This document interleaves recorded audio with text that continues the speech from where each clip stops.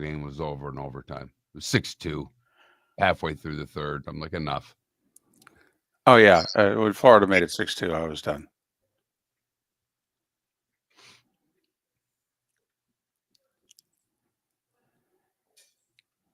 I found an article yesterday, and like a dummy, I didn't text it to myself.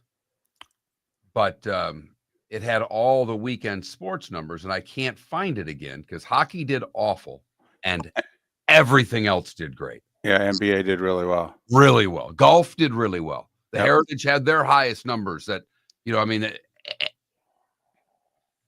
F1 did way better than hockey. Way better. I mean, you almost beg the question, and I get we got Florida, Tampa, and I know our audience. Why the F are we even talking about hockey? No one watches it. Nobody.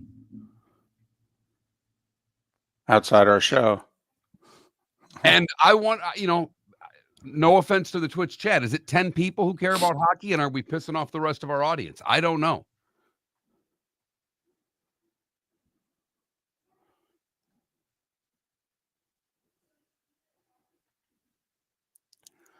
They are bad ratings matchups.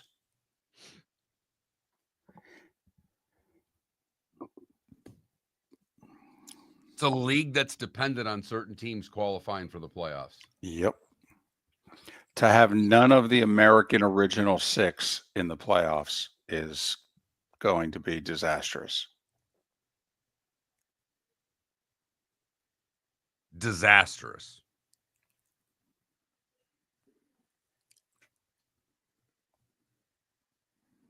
They sure did, AJC. And I think part of, they manhandled them. That goal to make it 2-1 late. Florida was playing, or Tampa was dominating other than the first 5 minutes of the period. So.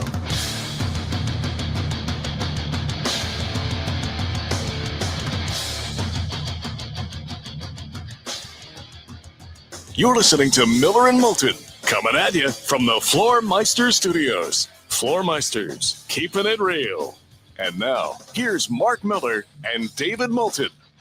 Top of the morning to you on this hump day. Let's get over it together, shall we? On the eve of the NFL draft, NBA and NHL playoffs continue to roll along.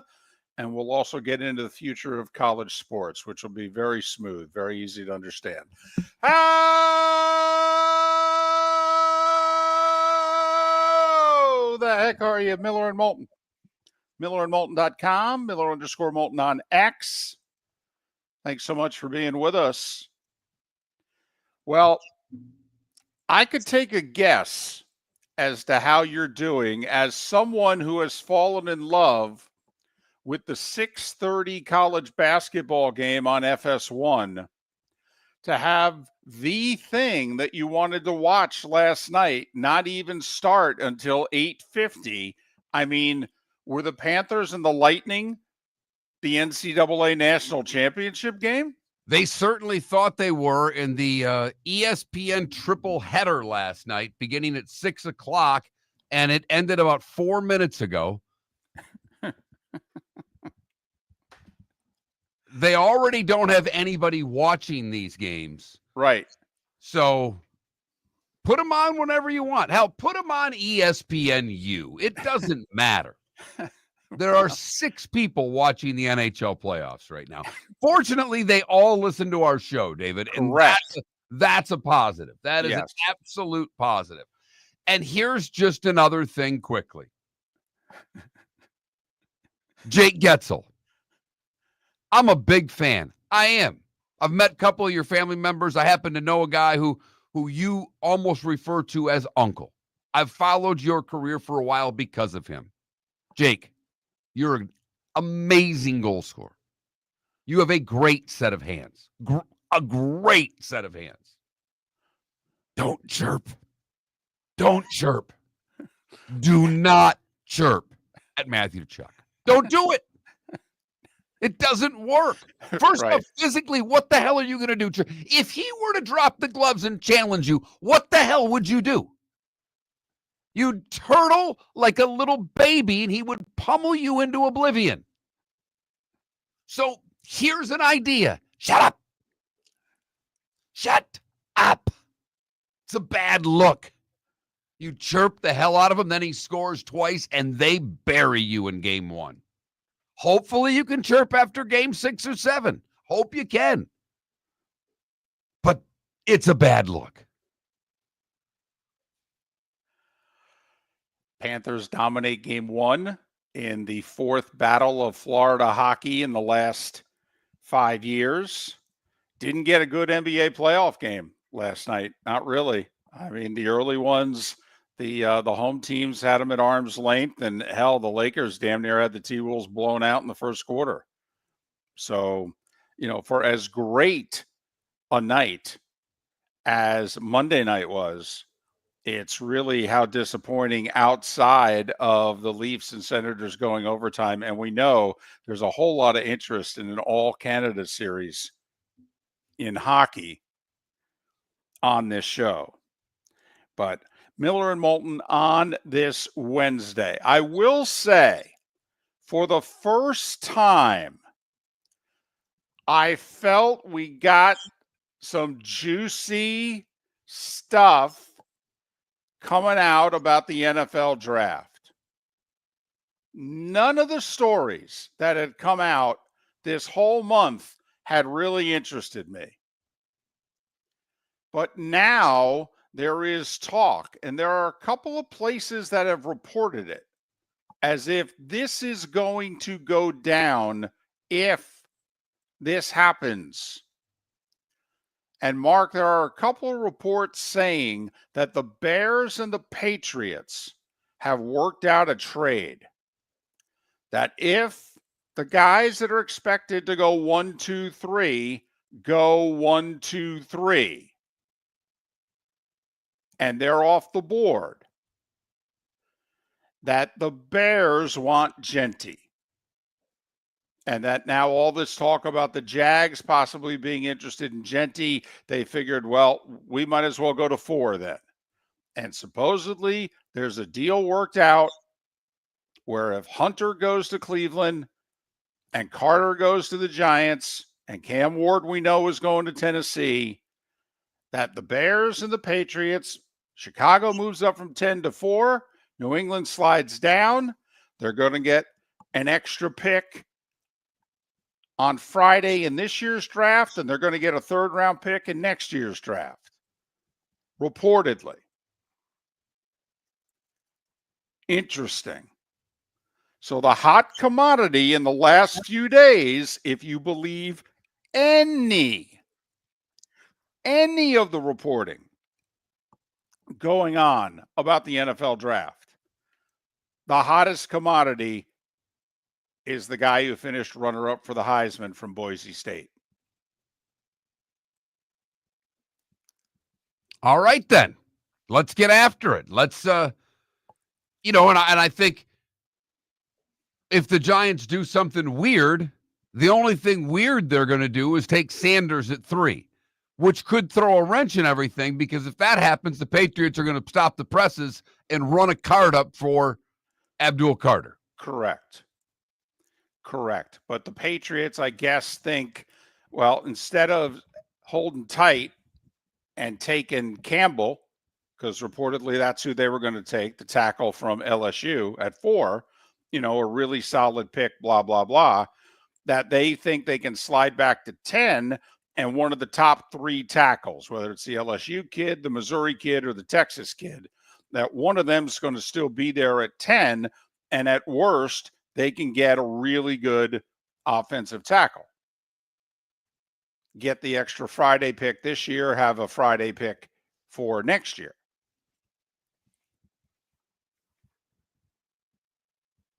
So that is the big draft news.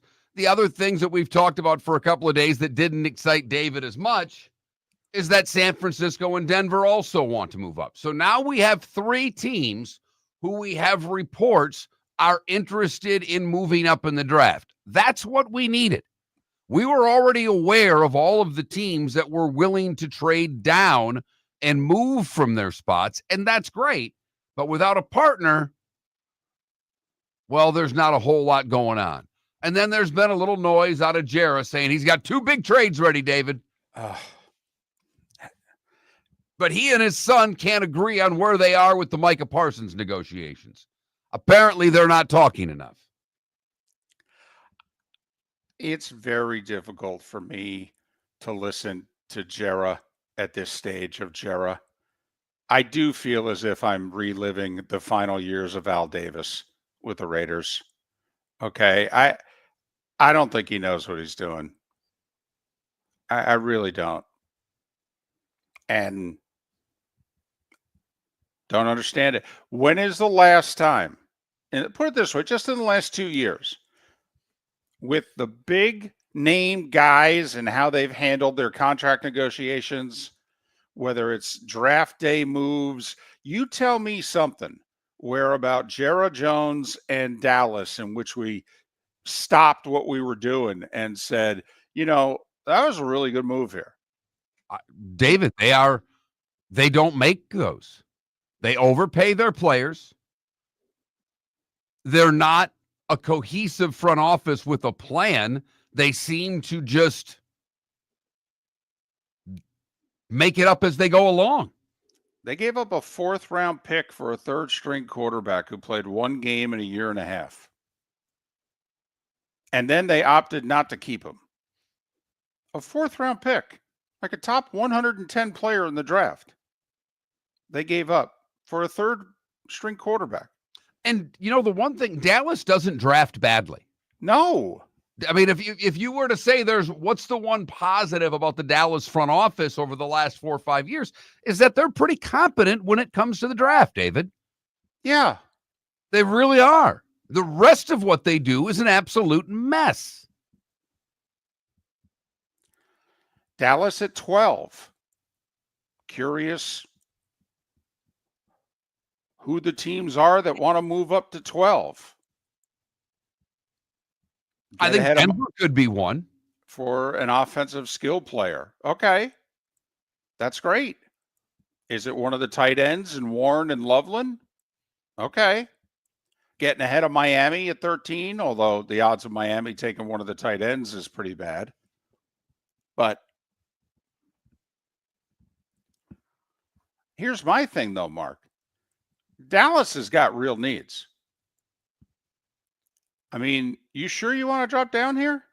I mean, you need to get a plug-and-play starter out of pick 12. Whatever you do with pick 12, you got to get a plug-and-play starter, preferably at the line of scrimmage. So how far down we going here? You're going to 20 with Denver? I mean, they need a plug-and-play lineman. They need a number 2 receiver. They need a running back. I'm sure I'm missing a couple of spots with them. Now, in theory, you could get at least one of those at 20. I mean, I would think you'd be able to get Trevion Henderson at 20. That's my crush at running back. Some people like the North Carolina kid as the number 2 running back. I am curious about the wide receivers. When do they start going? Because I don't think there's a ton of them. No, you're looking at, there may be 4 in the first round, of which how many of those have true first round grades, if you know what I mean? Right. So the thing is, when the first wide receiver goes, those wanting wide receivers might panic, thinking, in 20 minutes, they're going to be gone. So, for the record, I'd be really comfortable with the kid from Ohio State, who I think you could hang out and take in the 20s. There's no doubt in my mind that you could take in the 20s. And I'd be really comfortable with Ibuka, the kid from OSU. I think he's tremendous. And because their receivers were so damn good, he kind of didn't get noticed because of all the greatness they have on the outside at that school. So maybe it's being on the eve of the draft, but for the first time, it seems as if we have talk about teams wanting to trade. Remember, what don't we have yet? We don't have a team that's traded away their first-round pick. First time since the merger. Miller and Moulton. Thanks for listening. Whether you're chasing peak performance, reigniting intimacy, or simply want to feel your best, Game Day Men's Health creates customized game plans to optimize your health. Call 239-427-3441 for our Bonita Springs and Naples location to set up your free testosterone test and consultation. Mention Miller Moulton Radio Show for 10% off your service. Find your maximum self with Game Day Men's Health, Bonita Springs and Naples, Florida. Call 239-427-3441 today. For over 50 years, the Nolan family has been dedicated to protecting local families. Nolan Family Insurance is a second-generation independent agency that specializes in home, flood, auto, and boat insurance. They take the time needed to explain your coverage options and answer your questions so you can make an informed decision that's right for you. If you're looking for an agency that treats you like family, call 941-639-1122 or go to nolanagency.com. That's 941-639-1122 or nolanagency.com. Basketball's heating up the hardwood. What a great time to stop in at the Floor Meisters and look at their hardwood. A large selection to choose from, including Mirage hardwood flooring. Floor Meisters has a look and style you want. Mirage wood is grown and made in Canada from the finest quality wood flooring you'll find. And while you're in, ask to see the Petite Enfant collection. 5 custom colors made only for the Floor Meisters. So good it has a 35-year warranty. Floor Meisters, 6281 Naples Boulevard, next to Costco, or floormeisters.com. American Paint Supplies, for nearly 30 years, is your one-stop shop for all your coating needs. If you are a designer, a contractor, a professional painter, or a weekend warrior, American Paint Supplies is the place where experts go to get expert solutions. At 6100 Shirley Street in Naples off of Pine Ridge, American Paint Supplies delivers the best solutions with the best products with the best support. Meet Gene and his team today at American Paint Supplies. Call 239-566-2700. That's 566-2700 or online at AmericanPaintSupplies.net. This is Miller and Moulton.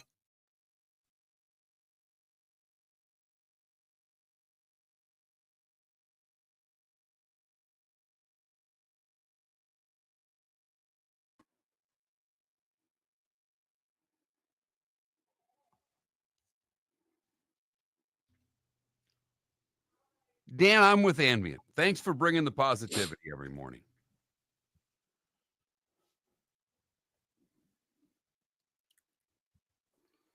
Thank you, Dan.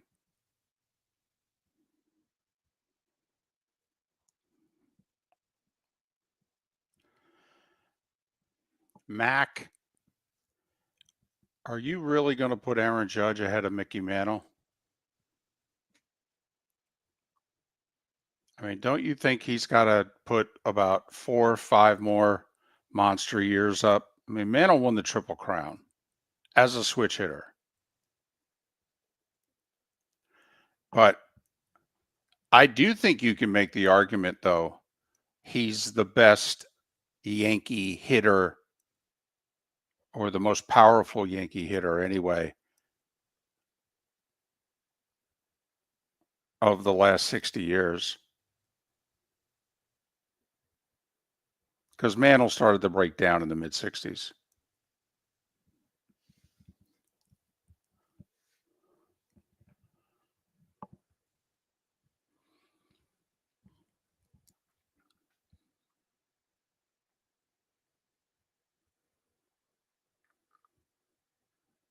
Well, he's played a lot less time, though, also. I mean,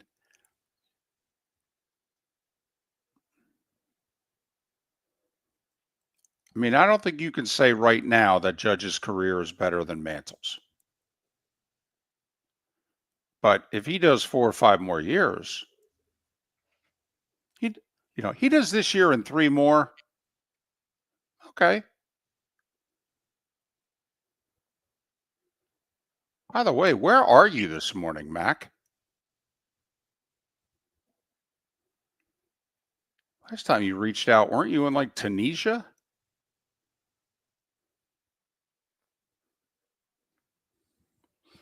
Well, Empire, tell you what, hold your judgment till after game 2, because the Lightning physically did not. They played like it was a Tuesday regular season game.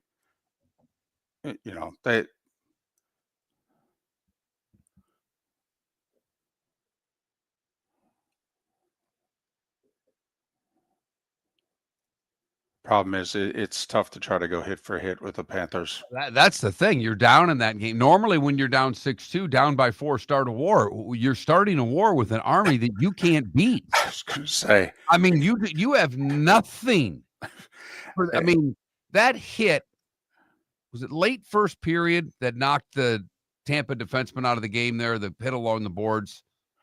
Yeah. I mean, they kill you with forechecking. They just murder you. And I can't root for the Panthers. I hate Brad Marchand. Jesus. That would be like the Red Wings in their heyday trading for Claude effing Lemieux. Good. I get it. He's a great player. I get all of that. I absolutely hate him. And he's going to be a great announcer when he's done playing. Oh my goodness. He's tremendous. I think he's funny. I think he's funnier than hell. I think he's a great interview. It's just, I don't like Boston teams and I don't like him. The podcast that Bissonnette and Marchand are going to do when he's done playing could be the best podcast in sports.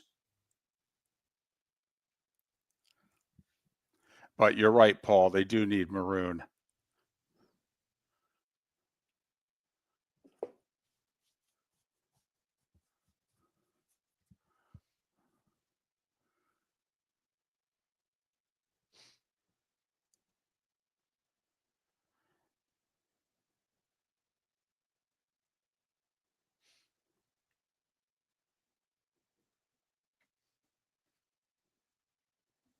Yeah, isn't Bennett going to be a free agent?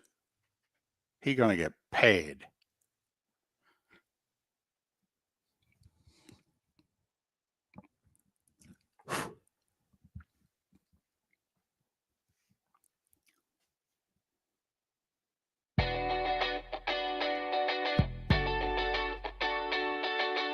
You're listening to Miller and Moulton.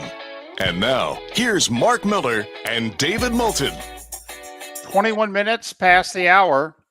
Thanks so much for being with us. Hump Day edition, Miller and Moulton, millerandmoulton.com, Miller_Moulton on X. Amanda Christovich next hour. Amanda's a sports business reporter and a very good one. And we're going to try to get into all of the stuff that's out there concerning the future of college athletics. And man, there's a lot of stuff out there. I mean, you got court cases from California to New Jersey and many in between. And David, and then Pat and Seth, sorry, Mark, in our 8 a.m. Eastern hour.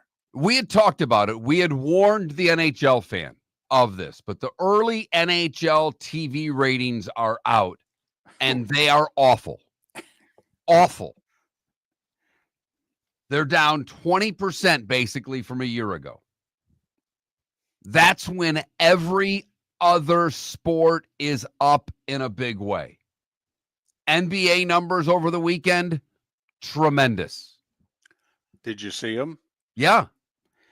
TNT said that they had their best opening day viewership of the NBA playoffs since 2017.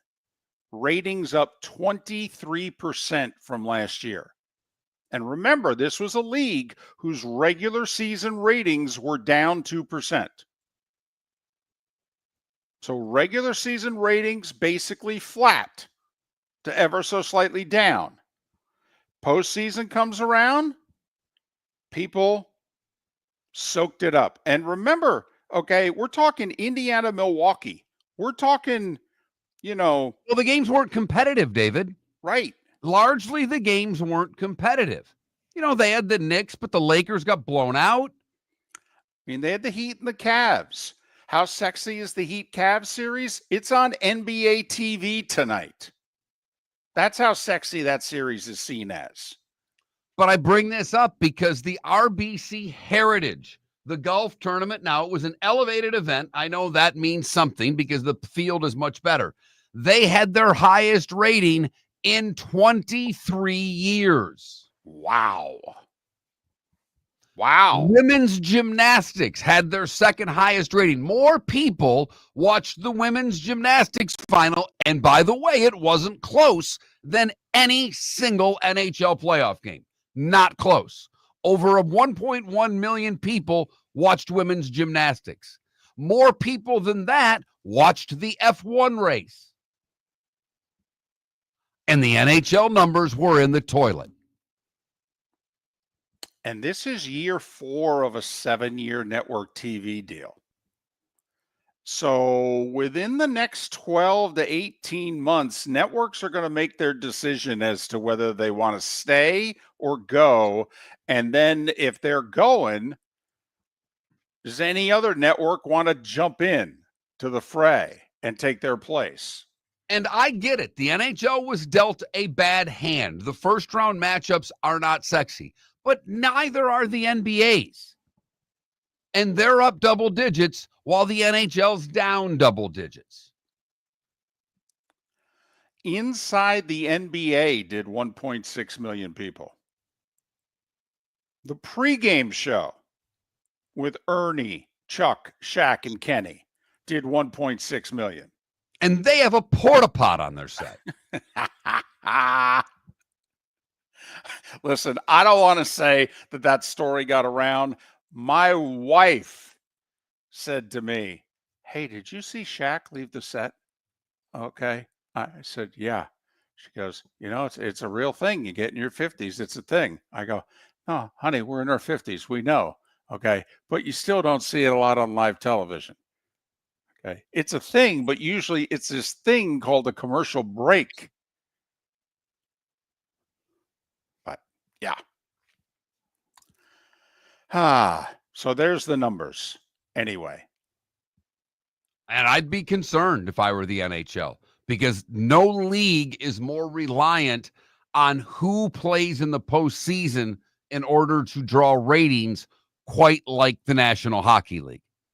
And with all of the U.S. original 6 teams not playing in the postseason, the Pittsburgh Penguins, who have been a postseason regular for 2 decades, not playing in the postseason, it shows that the league is driven by team power, not star power. Because the Washington rating wasn't very good either. Right. And that had Alex Ovechkin, who right now, while maybe not the best player in the game, is the biggest name and the most media recognized name because he passed Gretzky this year.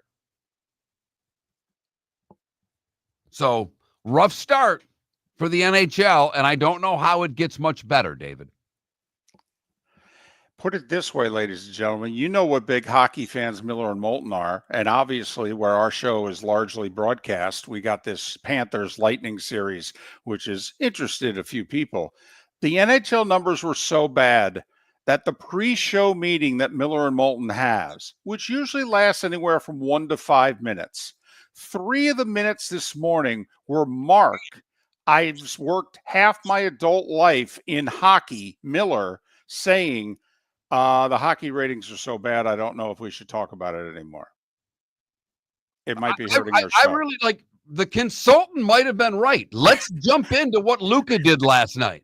Right. I mean, I know most people were in bed by the time that game started, but Luka apparently played defense too in the fourth quarter. I don't know if you're interested, but Luka played defense, scored over 30 again, and the Lakers won to even the series. And we'll steps dive in into Golden State and Houston hard next hour.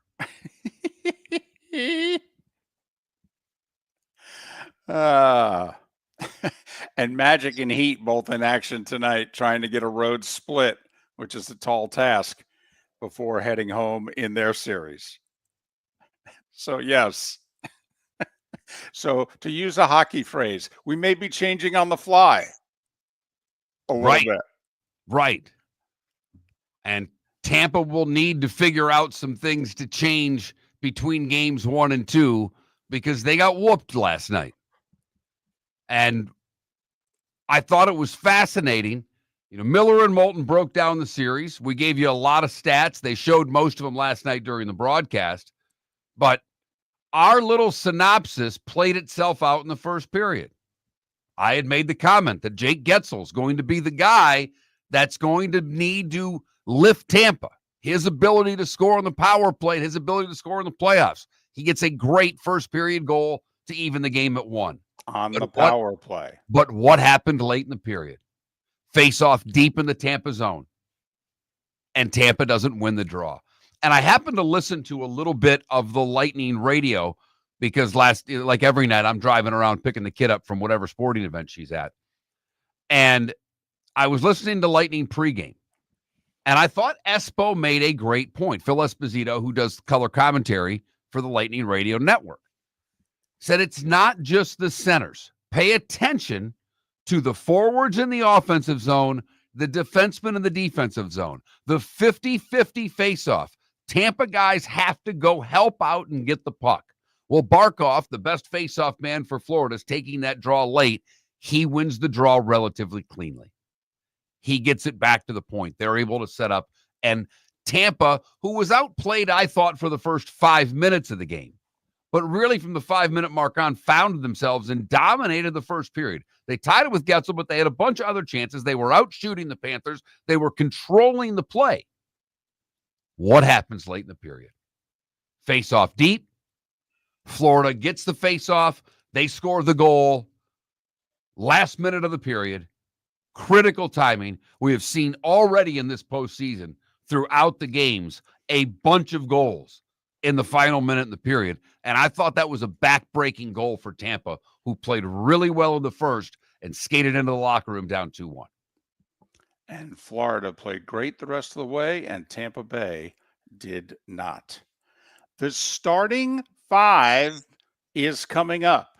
Amanda Christovich in a little more than an hour. Pat and Seth in our 8 a.m. Eastern hour.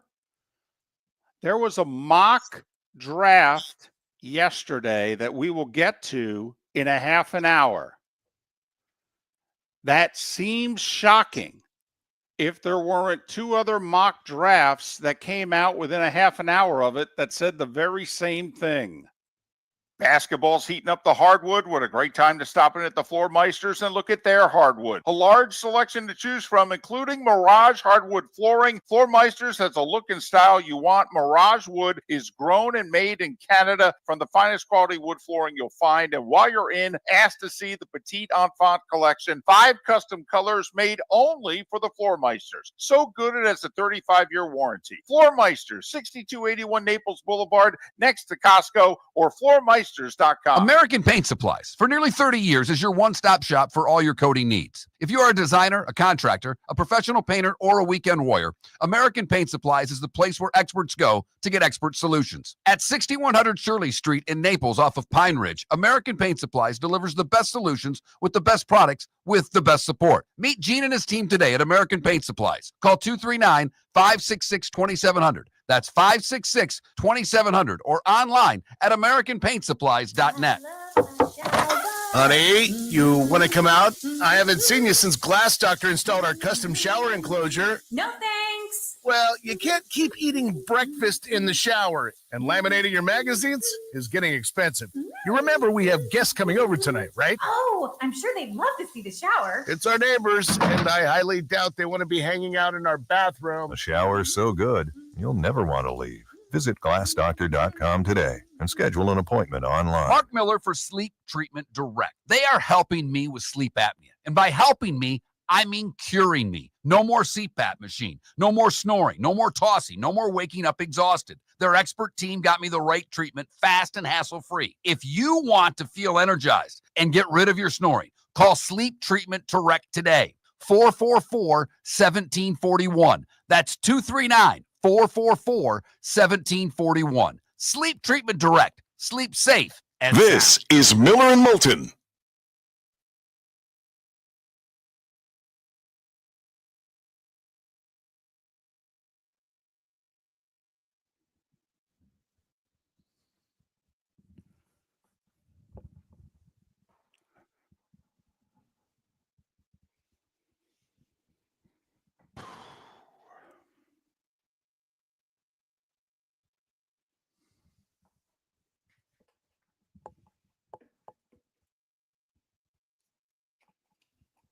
That's a great, Sonny, that's a great side bet.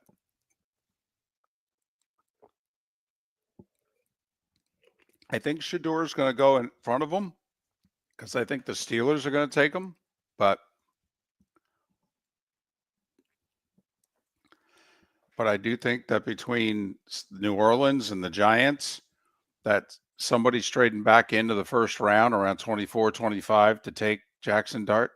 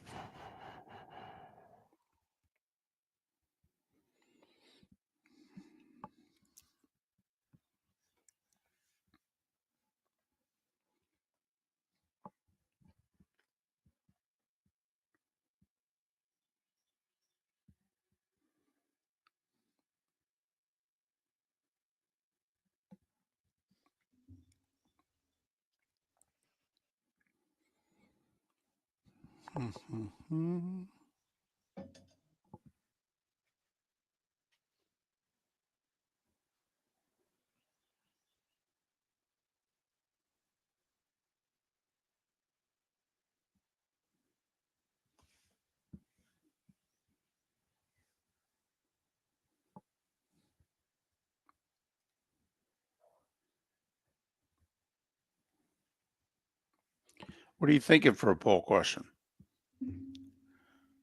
Is today anything good? National Cheddar Cheese Day or something? Most annoying thing a fan does. That's what I was thinking last night. I'm still thinking it today. Do we have a third option? I don't know. That's what I was looking for. John came with one. I came with one. I know. And all I could think of was like standing up and doing the wave.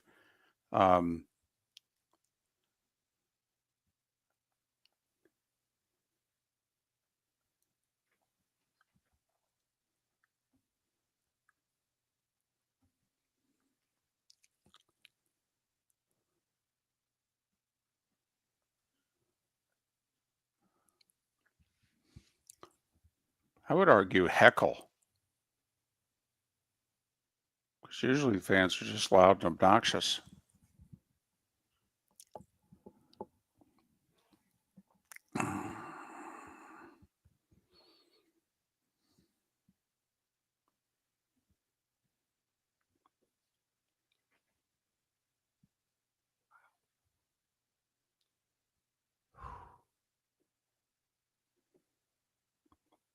Sonny, I don't think the rookie cap allows for a bonus that big. I'd have to look up here.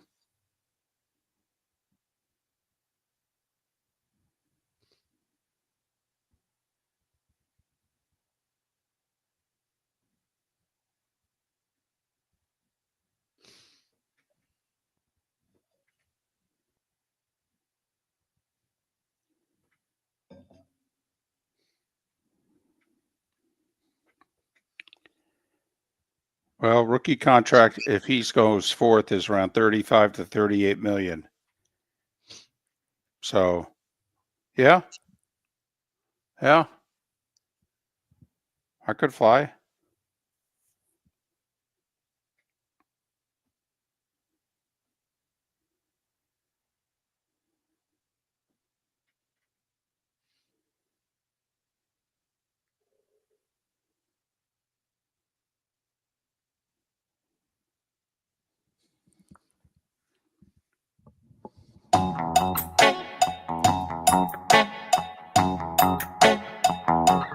You're listening to Miller and Moulton. And now, here's Mark Miller and David Moulton. 22 minutes till the top of the hour. Amanda Christovich will join us 1 hour from now. At Kirwan, Seth Everett in our 8 a.m. Eastern hour. Miller and Moulton, millerandmoulton.com, Miller__ Moulton on X. Got any thoughts for a poll question? Well, I have one. Because I have developed a pet peeve over the years. And when I watch playoff hockey, it drives me nuts. I've never understood the fascination with the fan who bangs on the glass every time the player is near him at the glass. So it leads to what is the most annoying thing that a fan does. Ooh. And Okay. that's my nomination, banging on the glass. We had one in the Twitch chat room also had this last night when I threw it out in a group text. Screaming it's in the hole after every goal shot. Right. Get in the hole. Yeah. Okay. My suggestion would be just the fan who decides I'm going to spend 2 to 3 hours heckling. I mean, you're not Don Rickles. You're not a pro. You're not good at this. And if you are, it probably only lasts a few moments. You And get then one. You know, I mean, I had a good heckle. Yeah. When I was at a Rays Tigers game, and there weren't a lot of people there, and I can't remember the player's name, but he had threatened his wife. I think it was Delman Young. Yes, thank you.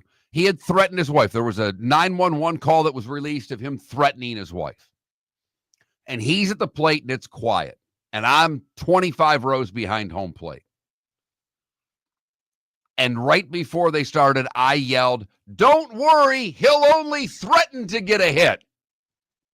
And it was loud, and it was at the Trop, and there weren't a lot of people there.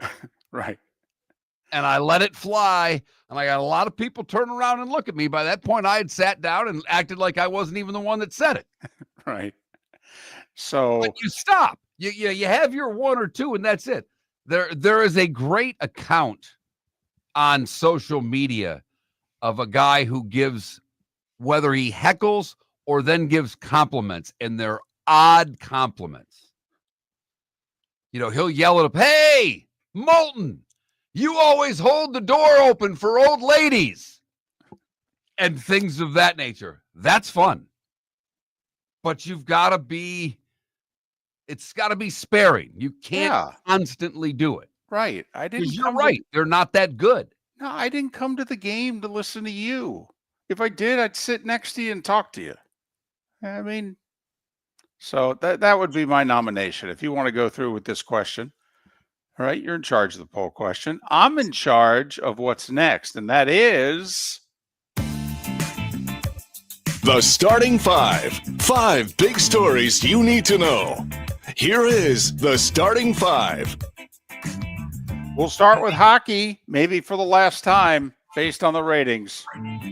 By the way, did the Panthers Lightning game get underway yet? Ooh-wee. Nearly a 9 o'clock drop the puck. Anyway, when they did, the Lightning got the better of the Panthers for about 15 minutes. And then Florida said, we'll take it from here. 3 power play goals for the Panthers, and they were only on the power play 3 times. Matthew Tkachuk played. He wasn't that effective. He only had 2 goals and an assist. Panthers took a 2-1 lead after 1 and scored 2 goals 14 seconds apart in the second period, and the game was over. 6-2, Florida takes game 1 of that series. Carolina's up 2-0 on Jersey. Jordan Montnuk with a shorthanded goal in the second turned out to be the game winner for Carolina. Leafs were largely outplayed, but they survived. First off, they were up 2-0. Ottawa comes back to force overtime, and then just a horrendous play all the way around. A lazy turnover in the offensive zone, okay? And then 2 guys have a chance to lay out Max Domi. Hit him! It's the playoffs. You're allowed to hit. And they allowed him to just cut back to the middle of the ice with his head down, and no one touched him. Weak stick checks trying to get the puck away from him, and then Domi with a great goal. I mean, off the inside of the post. Toronto 3-2 in overtime. They're up 2-0 on the Senators. And the Wild went into Vegas, and they scored early and often. 3 in the first. They led 4-0. Minnesota 5-2 over the Golden Knights. That series tied at a game apiece. Bit of a surprise. The Islanders fired general manager Lou Lamoriello yesterday. Hall of Fame career.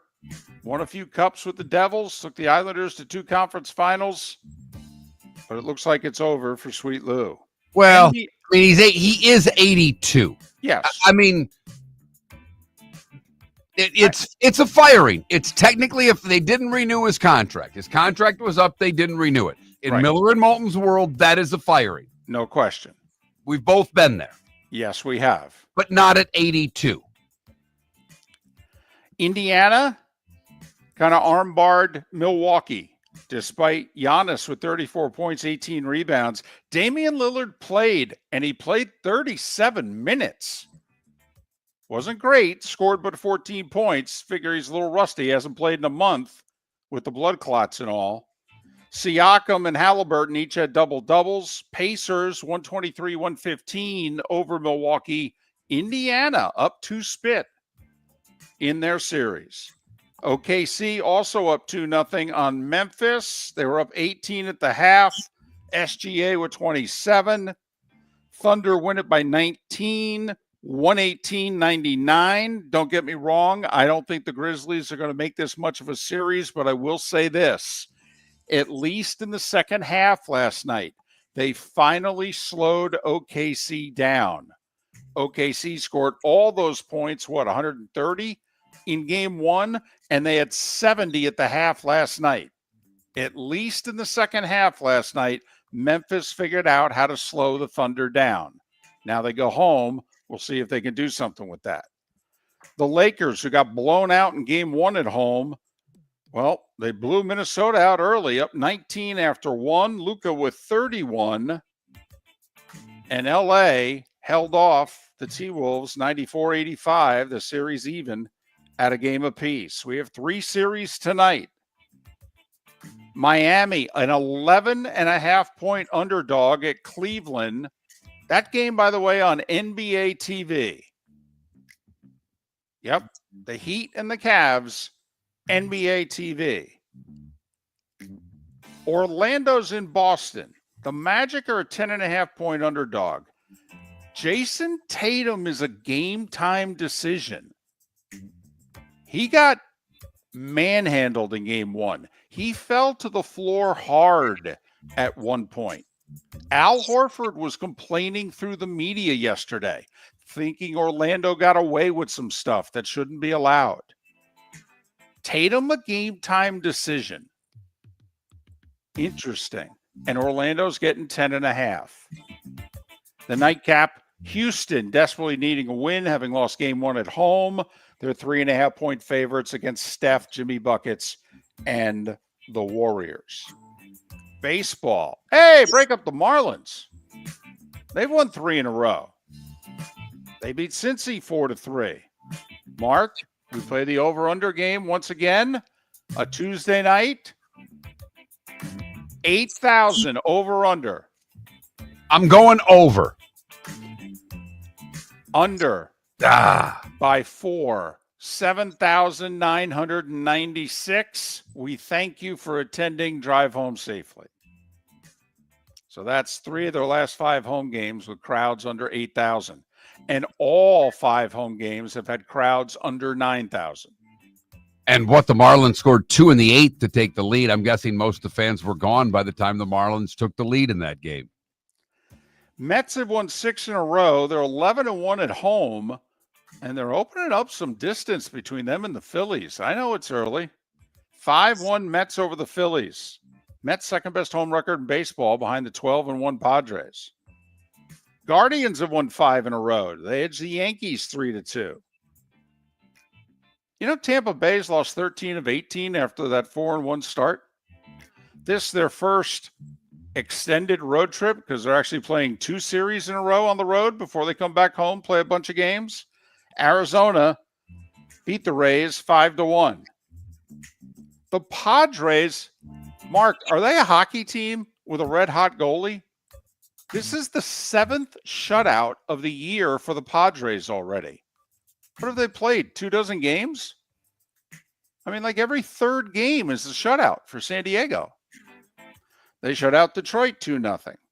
Nats held the Orioles to 1 hit in a 7-0 win for Washington. Boston's won 6 of 7. They beat Seattle 8-3. Cardinals 3 in the 8th, 3 in the 9th. Upended the Braves 10-4. I'll tell you what, sign me up for a Dodgers-Cubs playoff series right now. Holy cow. What a They game have- that was last They night. have played terrific games this year. Cubs beat the Dodgers 11-10-10. They scored 2 in the 8th, 1 in the 9th to tie it, and then win it with 1 in the 10th. David, Sarah Langs, who's a great follow on X. She is a baseball goober, statistician, all kinds of stuff. She loves the game. Seth's had her on his podcast before. I'd love to get her on our show at some point. But she pointed out last night that the most time scoring 10-plus runs in the first 25 games in Cubs history. I have so much fun with this one. They've done it a bunch. This is the first time they've scored 10-plus runs in 7 or more games in their history since 1895. They Damn. did it in the 1800s 7 times. They did not do it once in the 20th century. They've done it 7 times this year. Wow. Cubs 11-10-10 over the Dodgers. Brewers got a slam from Yelich in an 11-3 win over the Giants. Houston with 3 in the first. They held the Jays to 2 hits in a 5-1 win. Twins double up the White Sox 4-2. Royals needed 11 to beat Colorado 4-3. Rockies are 4-18. Ouch. Pirates 9-3 over the Angels. McCutchen with a 3-run homer. And Texas beat up on the A's 8-5. NFL, Titans confirming they will keep the pick. And that means they're taking Cam Ward first overall. Jay Feely, been a broadcaster with CBS for a decade, announced he's leaving broadcasting. He's going to run for Congress as a Republican in Arizona. Mike Patrick, 36 years, one of the main voices at ESPN. When ESPN first got the NFL in the late 80s, Mike Patrick and Joe Theismann was the broadcast team on ESPN's Sunday Night Football. Did a ton of college hoops. Mike Patrick died Sunday at the age of 80. The betting choice as to where Shedeur Sanders is going to end up is Pittsburgh. And there have been a couple of reports overnight that the Bears and Patriots have worked out a trade. If Ward, Hunter, and Carter go 1, 2, 3, that Chicago would then give up a 3rd-round pick this year and a 3rd-round pick next year to move up 6 spots from 10 to 4, and they would do that to take the Boise State running back Genty. Let's hope it's true. Right? Let's get some trades going. This could be a very boring draft in comparison to a lot of drafts. So absolutely. A trade in the top 5? Let's go. It won't be boring if Shedeur Sanders falls to 21. It won't. When you have 2 quarterbacks that are talking about being taken and one sits there for 2 hours on draft night, that makes it a little more exciting. It just does. It's a player we all know. Most everybody has an opinion about him. So I think that's the excitement of the draft. He's not there, though, in Green Bay. You know, you can't get those feel sorry for him shots, you know.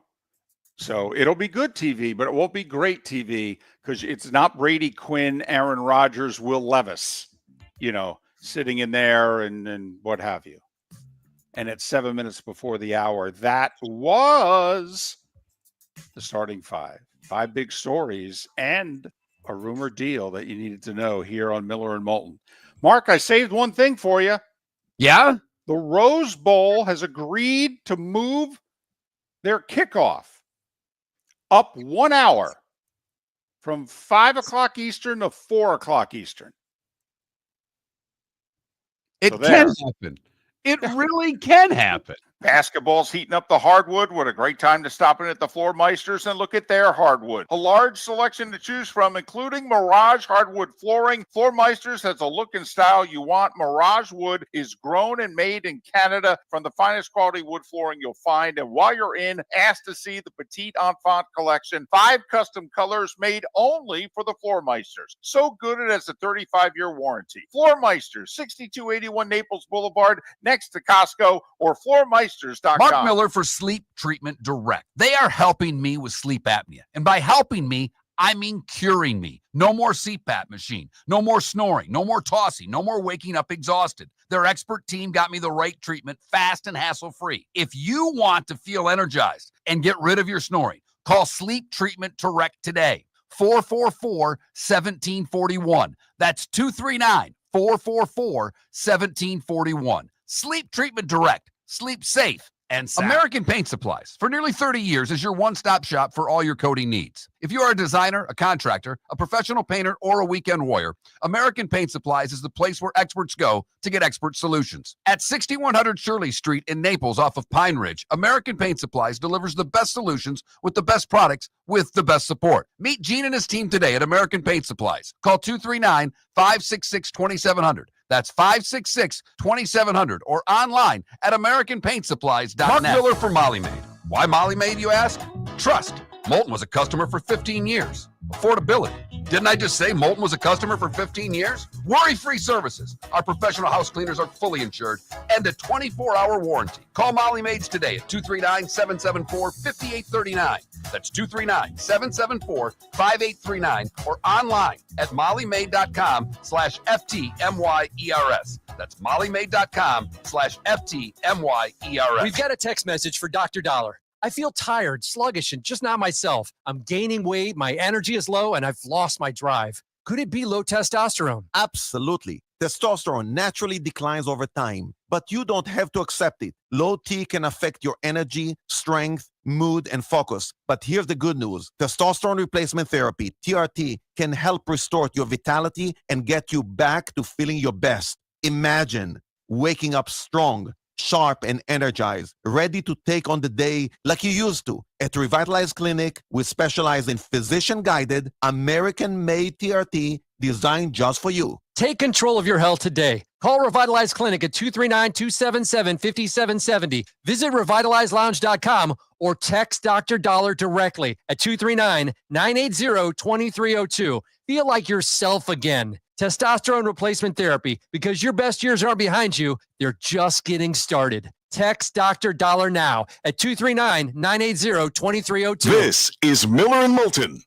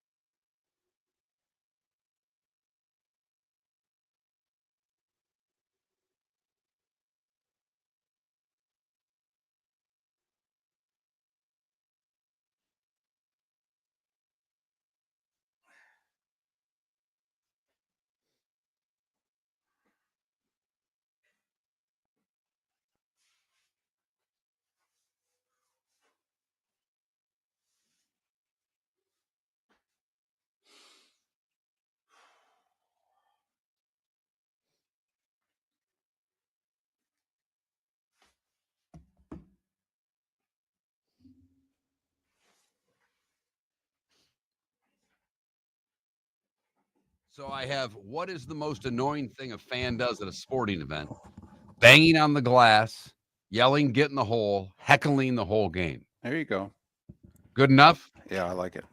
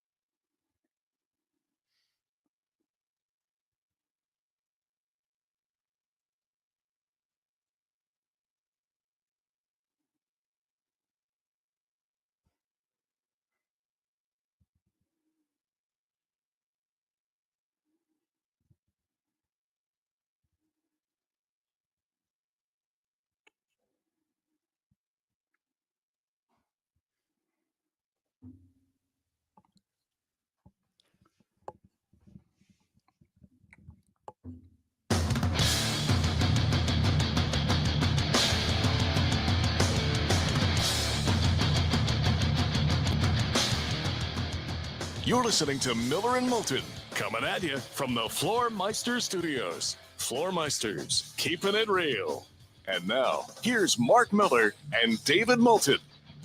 Hour 2 of Miller and Moulton on this hump day. Thanks so much for being with us. Amanda Christovich will join us in about 35 minutes. We'll talk about the future from a business standpoint of college athletics. There are a lot of lawsuits out there from coast to coast. We'll try to, bring some structure to the madness that is college sports from a business standpoint with Amanda in about 35 minutes' time. Pat Kirwan, 1 hour from now. He's getting ready to head to Green Bay for the draft tomorrow.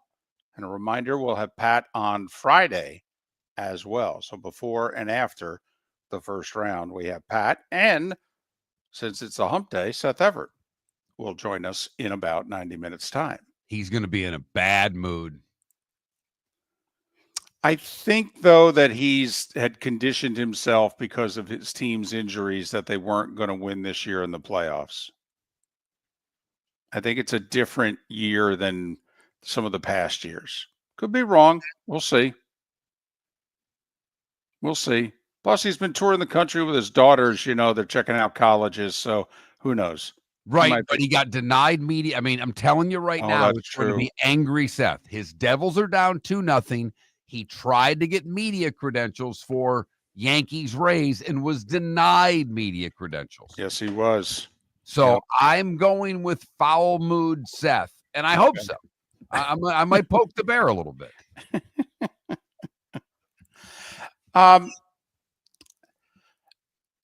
many mock drafts this time of the year do you read? A few. I mean,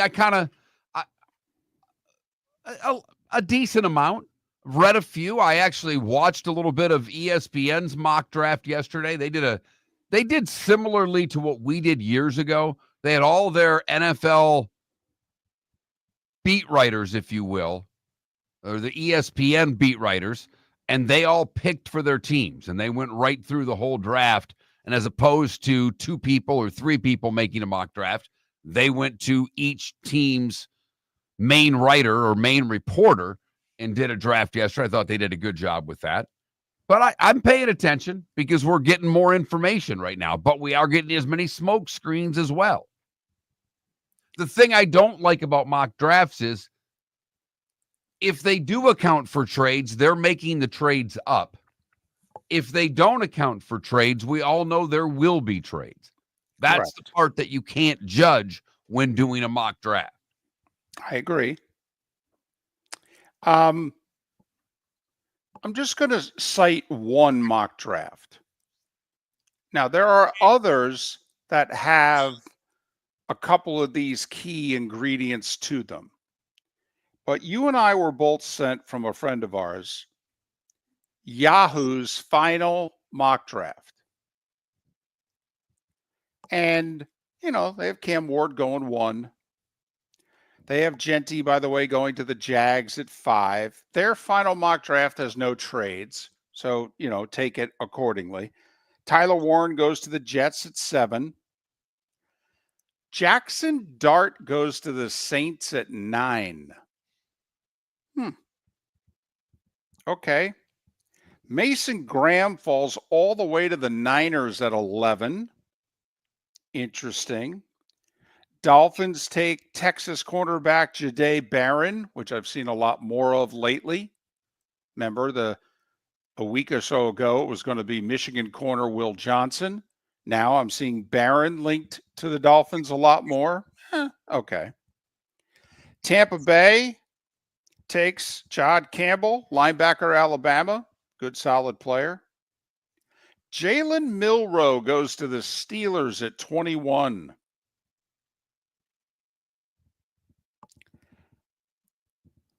And Shedeur Sanders is not drafted in the first round. And it's not the only mock draft that I've seen in the last 72 hours to say that.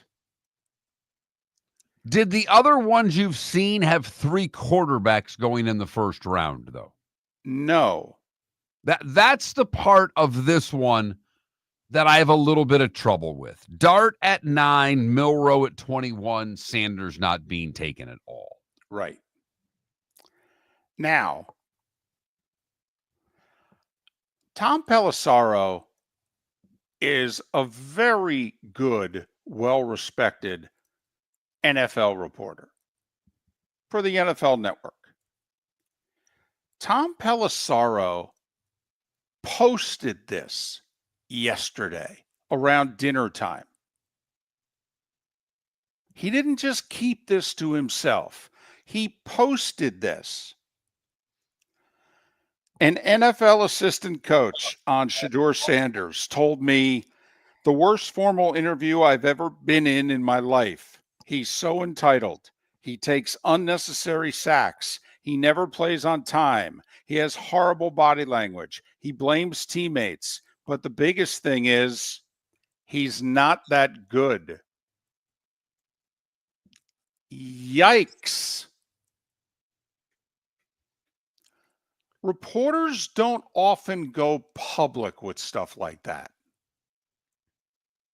Do you think reporters would have gone public with that if it were about Jackson Dart or Jaden Milroe, or for that matter, Cam Ward?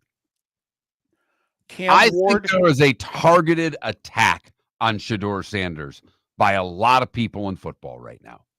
I don't disagree. I do think they would go and say that about Cam Ward because he's going to potentially be the number 1 pick of the draft. So I do think that the Tom Pelisseros of the world, if they got that quote, would have gone with it. But you're right. Do I think they would have gone with it with Jackson Dart or Jalen Milroe? No. I don't think they post that quote. I think they may say something of, I've talked to some teams and, they question, his commitment and, whether or not he's, really somebody you can hand the franchise over to, but no. But, Tom made sure, now he didn't divulge who gave him the quote. He just said an NFL assistant coach. But, Tom, in a way, Tom put his name behind that quote. Yes, he did. He did. And he's not a flamethrower. I mean, there's none of the reporters at the NFL Network are flamethrowers. I mean, kind of defeats the purpose of working for the league, right? League doesn't want you flamethrowing. They just want, if you could just be solid and try to create one more click with every report you do, that'd be great. So I just found that interesting. I've seen 3 mock drafts where he doesn't go in the first round, and then Pelissero posts that quote from an NFL assistant basically saying, yeah, I wouldn't take him if he was the last quarterback available. Right. I mean, not only is he pretty much a bad dude and we don't like him, he can't play either. Right. Let me just completely attack his character and then put on top of it he can't play. Right. Right. He's a dog with fleas. I want no part of him. Oh, and he sucks. Okay. So this is interesting. You know, I've also seen a ton of people, Mark, who think that the Saints are taking them at 9. Worst case scenario, Pittsburgh at 21. And that was yesterday, the ESPN mock that they did with the reporters. He fell to Pittsburgh. And I've seen that quite a bit. Because you're right, David. If New Orleans doesn't take him at 9, there's a good chance he could fall all the way to the Steelers. Right. I mean, unless someone's willing to trade up to grab him before Pittsburgh at 21. By the way, a team to watch out for, the Eagles. Think about it. They have a really good roster, obviously. They got most of their key guys signed long term. They have a boatload of draft picks the next couple of drafts. What are they going to do with all those picks? I mean, you add it up, and the Steelers should, or excuse me, the Eagles should probably be very aggressive putting picks together to move up.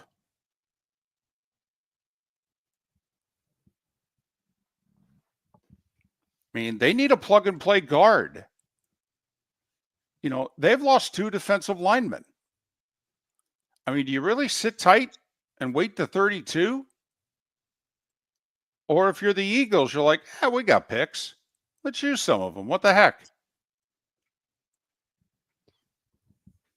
Bunch of fifth-round picks this year. They would have to get into their picks next year, probably to move up. But your point's valid. When you're really good and you need a handful of guys, how many rookies do the Eagles really need to bring into camp? And yeah, you got the big practice squad, so you can always stash them. But the other thing is that a lot of teams are going to grab your guys off your practice squad and put them on the back end of their roster, especially the bad teams. And they're a smart enough front office and scouting staff that if they want rookies, they'll draft what they want. And they'll fill their roster out with 8, 10, 12 college free agents that were undrafted to fill out their training camp roster. Mark Empire asked in our Twitch chat room, why is there a targeted attack on Shadur Sanders? Gee, I don't know. Oh. Dad's not polarizing at all. No. And he's not either. So and there are people that don't like Dion and therefore don't like his son based on Dion being the father. Dion's a brash dude. We've always liked Dion. We like his cockiness. We like his arrogance. But it is not for everyone. You know, David and I did a show. We've talked about John Cassio, our longtime producer, who's still a great friend to both of us. Can't stand him. Thinks he's a fraud. Always has. And he's not alone in that line of thinking. And so that'll fall on his kid, who doesn't have a shy librarian personality either. By the way, are all librarians shy? Can you have an outspoken librarian? Never seen one. It's just tough. I mean, because otherwise you'd have people there shushing the librarian, right? I hate being shushed. I do not like being shushed. Does that go back to grade school? Probably. I just think there's no. I'm talking. Like my child said, you yelled at me. You want me to yell? I'm good at yelling. Right. I haven't even gotten close to where I need to be. We've got a poll question. Seriously, on the other side. Basketball's heating up the hardwood. What a great time to stop in at the Floor Meisters and look at their hardwood. A large selection to choose from, including Mirage hardwood flooring. Floor Meisters has a look and style you want. Mirage wood is grown and made in Canada from the finest quality wood flooring you'll find. And while you're in, ask to see the Petite Enfant collection. 5 custom colors made only for the Floor Meisters. So good it has a 35-year warranty. Floor Meisters, 6281 Naples Boulevard, next to Costco, or Floor Meisters floormeisters.com. American Paint Supplies, for nearly 30 years, is your one-stop shop for all your coating needs. If you are a designer, a contractor, a professional painter, or a weekend warrior, American Paint Supplies is the place where experts go to get expert solutions. At 6100 Shirley Street in Naples off of Pine Ridge, American Paint Supplies delivers the best solutions with the best products with the best support. Meet Gene and his team today at American Paint Supplies. Call 239-566-2700. That's 566-2700 or online at AmericanPaintSupplies.net. For over 50 years, the Nolan family has been dedicated to protecting local families. Nolan Family Insurance is a second-generation independent agency that specializes in home, flood, auto, and boat insurance. They take the time needed to explain your coverage options and answer your questions so you can make an informed decision that's right for you. If you're looking for an agency that treats you like family, call 941-639-1122 or go to NolanAgency.com. That's 941-639-1122 or NolanAgency.com. Honey, you want to come out? I haven't seen you since Glass Doctor installed our custom shower enclosure. No thanks. Well, you can't keep eating breakfast in the shower, and laminating your magazines is getting expensive. You remember we have guests coming over tonight, right? Oh, I'm sure they'd love to see the shower. It's our neighbors, and I highly doubt they want to be hanging out in our bathroom. The shower's so good, you'll never want to leave. Visit glassdoctor.com today and schedule an appointment online. This is Miller and Moulton.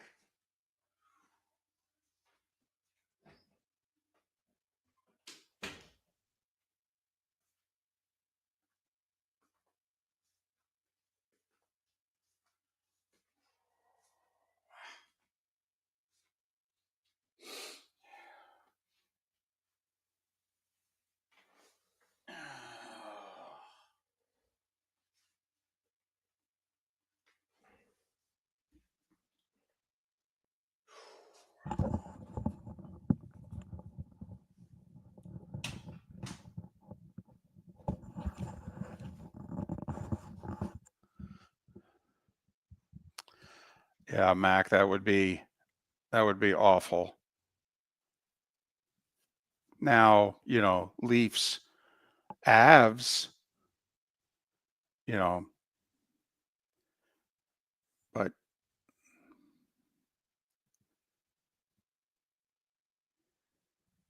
I mean, seriously, Mac, it's the NHL's entering dangerous territory this year.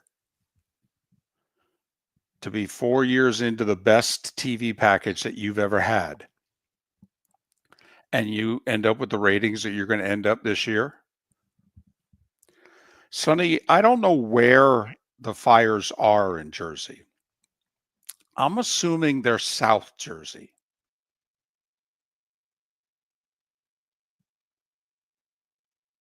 So my mother hasn't texted me anything, that there's anything going on. So I'm guessing it's in the southern half of the state.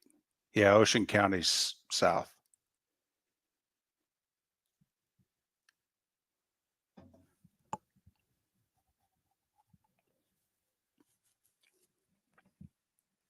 Yeah, I grew up about 40 minutes from the city.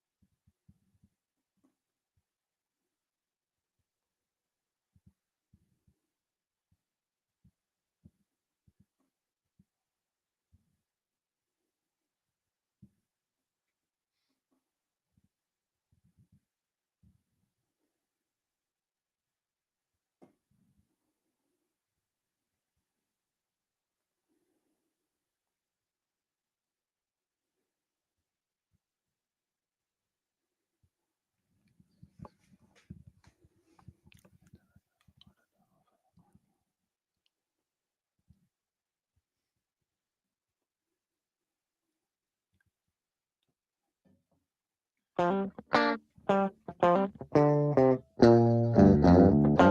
listening to Miller and Moulton. And now, here's Mark Miller and David Moulton. 21 minutes past the hour. Amanda Christovich to join us in a little more than 15 minutes time to talk about the business of college athletics and all the lawsuits and judgments and settlements that are being negotiated right now from coast to coast. You know, there's another one on that note that I want to get to in a second. That's not really a lawsuit, but it's something a collective is doing, because the big talk was Nico Iamaleava going to UCLA. Right. His brother is following him there by all accounts. Oh, really? That's where he's going to end up? Because he wants to go back to California, wants to go home, is homesick. He had Gotcha. originally signed with UCLA, then left UCLA for Arkansas, right? Arkansas. Right. Now he's leaving Arkansas, wants to go back out west, closer to home. Did you see what Arkansas is looking to do? And did you see what their AD did yesterday? Well, I think they're suing. Correct. The AD basically encouraging the collective to go after their money and recoup the buyout money, because Madden Iamaleava left Arkansas, never played a down for him, Mm-hmm. cashed a 6-figure NIL deal. And in the buyout, or in the NIL deal, there is a buyout. Basically, it stems from whether or not the collective suffered a reasonable estimate of damages. And if schools start pursuing, if collectives start, it's the collective that has to do it. Could be the school next year. It could be next month, but yeah.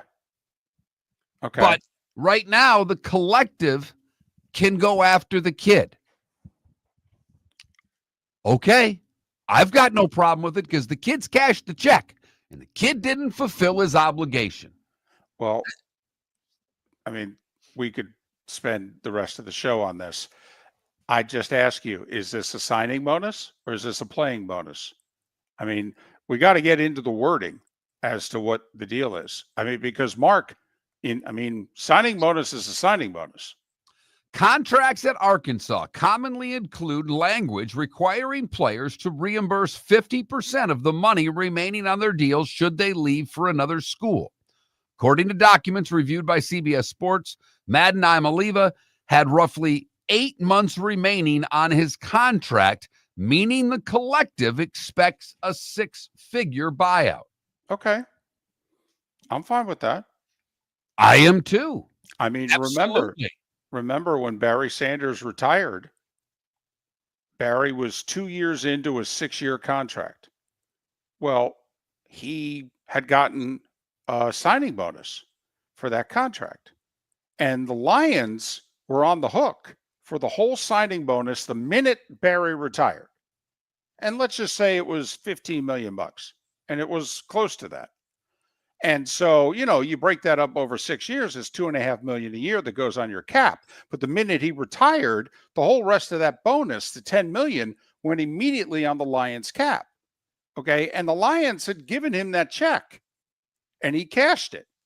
Well, I mean, the reason that Barry Sanders and the Lions weren't on good terms for 15 years was because the Lions said to Barry, "You owe us $10 million. He said, "What are you talking about?" And they said, "We gave you a signing bonus. You only played 2 of the 6 years. You owe us money."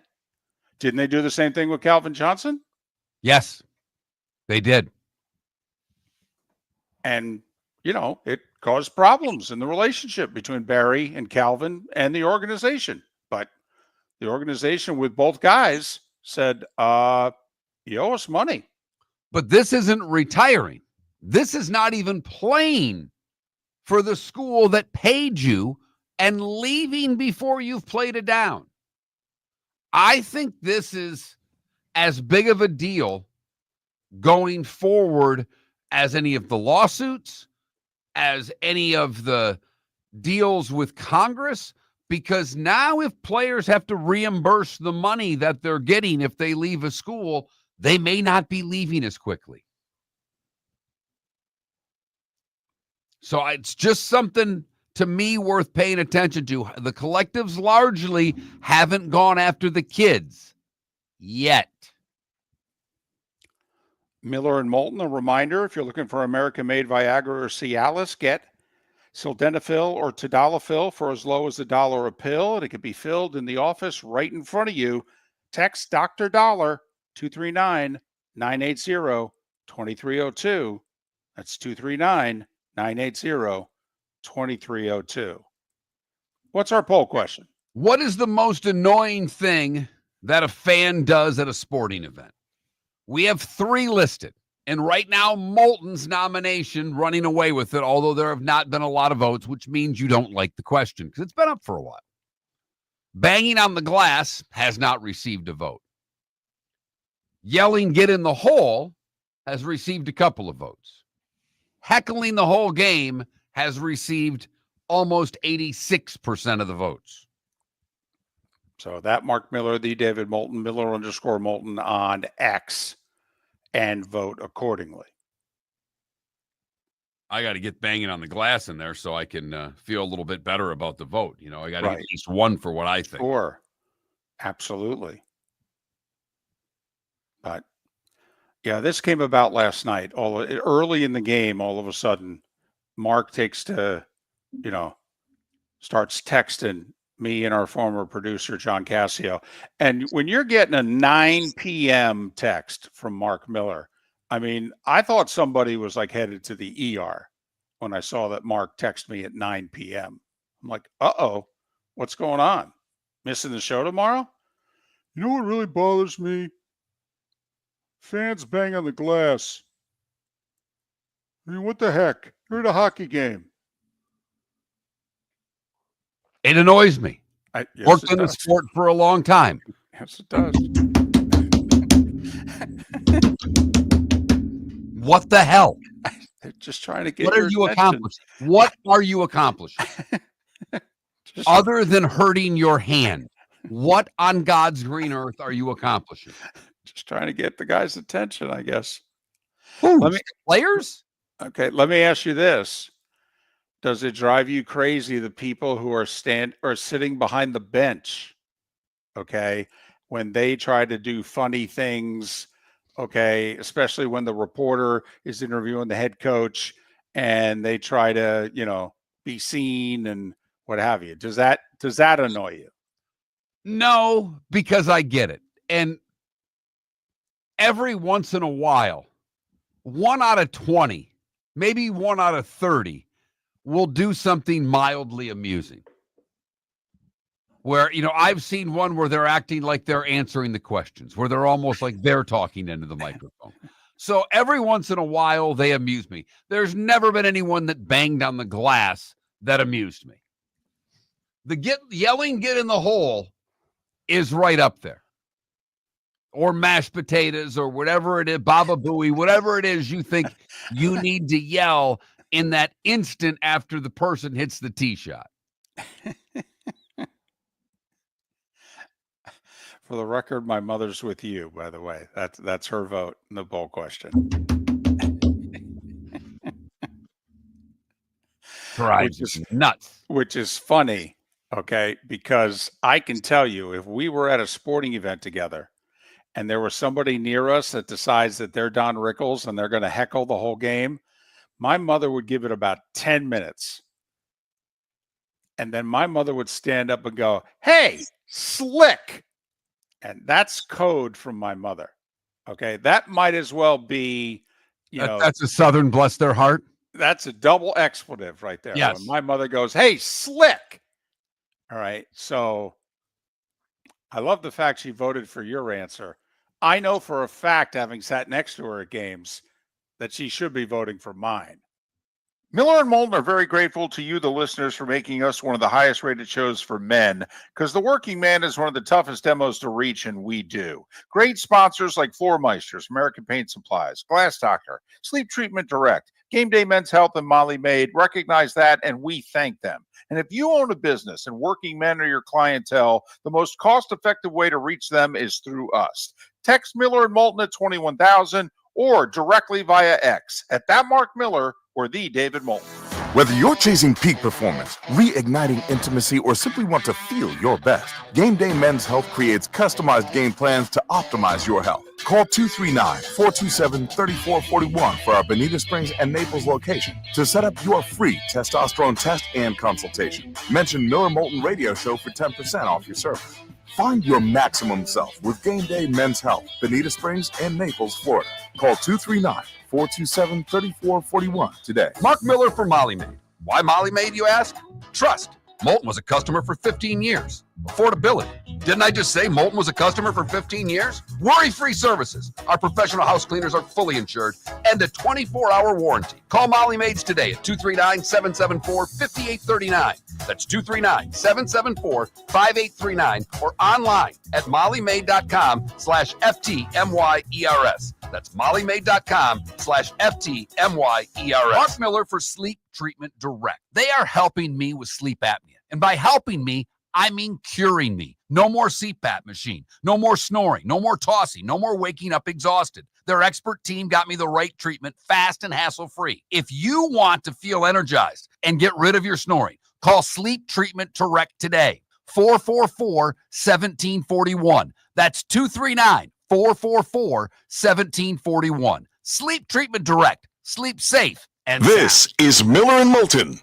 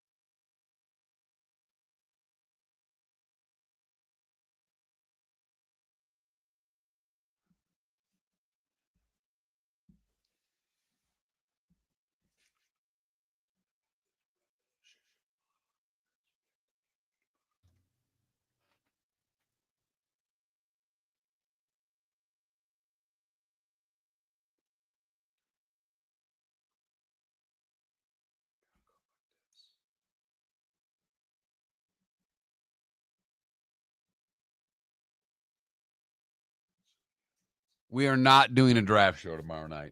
Unless, of course, you want to spend $1,000 to sponsor it. Then we will do a draft show.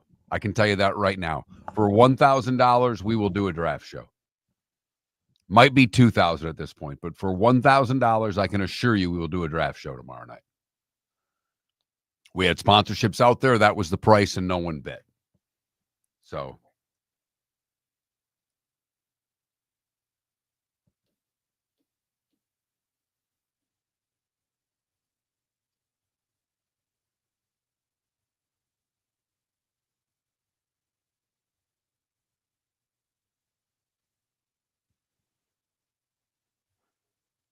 Mac, do they talk Otani there at all, or is that just Japan? Curious.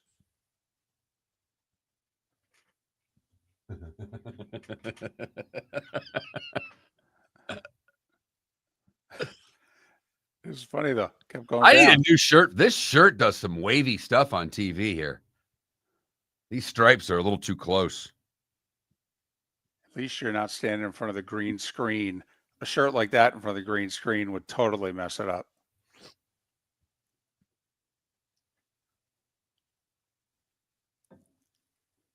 Never mind that. You're wearing a color that shouldn't make you disappear, but it's close enough that it could.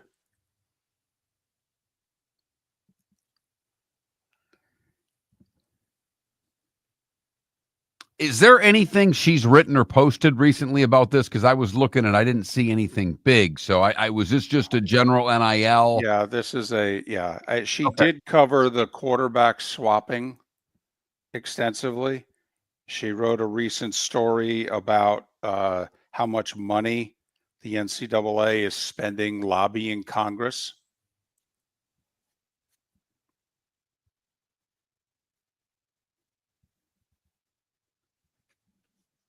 But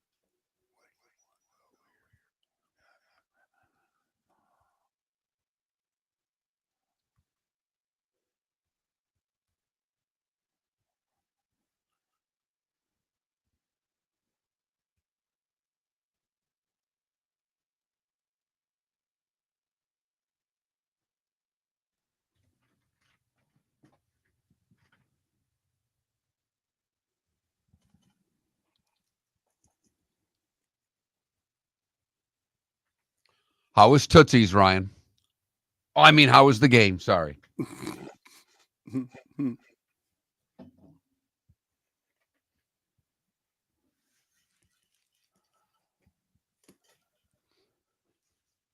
Amanda's on.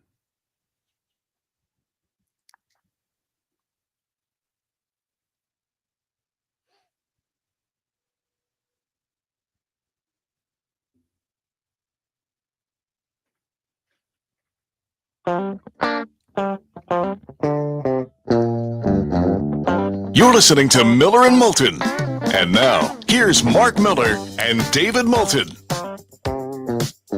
22 minutes before the hour. Miller and Moulton, millerandmoulton.com, Miller_Moulton on X. We were lucky enough a couple years ago to get Amanda Christovich, the first start coming on our show, and she was busy then. But imagine if you're a sports business reporter with a focus on the college sports scene, how busy you are these days. You can follow Amanda, not only all her work at Front Office Sports and frontofficesports.com, but follow Amanda on X at A Christovich H. A Christovich H. Amanda, it's David and Mark. Thanks for doing this. How are you? I'm doing well. How are you? As you said, busy as always. Well, Amanda, we have 15 minutes and we really don't know where to start. Do you want to start with the revenue sharing model, which was supposed to be agreed upon months ago, and every day looks further and further away from an agreement? Do you want to start with the kid in federal court in Jersey who looks as if he's going to overturn 5 years of eligibility? Do you want to start with collectives suing the athletes? I mean, seriously, Amanda, where do you want to start? Well, let's start with the revenue sharing, I think. Because, to me, that's the biggest overarching question right now, I mean, we've been having all this drama with NIL deals and collectives, and I covered the Nico situation last week, but ultimately I think everybody is sort of waiting with bated breath for a ruling on the revenue sharing, which hopefully we're going to get at some point in the next week or two. I actually already pre-wrote stories, one for the judge approving it, one for the judge denying it. Smart. So, we'll see. All right. If the judge approves it and they grant the $20.8 million, is everybody in? I mean, are all the Power 5 schools in, or are we going to have schools? How much money will they spend out of it? Do they have to spend the whole amount? Can they spend a portion of it? How will it work for the schools? So for the Power Conference schools, the assumption is that they're all going to participate. I mean, it's possible that not all of them will offer all $20 million, which is like the first year cap, but I would be very surprised, honestly, if any of them offered less than $20 million, because the settlement is, for the conferences that they're in. So they are expected to participate. what we don't know right now, I mean, there are several unknowns, but I think the biggest unknown about revenue sharing is how the schools are going to split up the money and how that's going to impact the quality of different teams in an athletic department.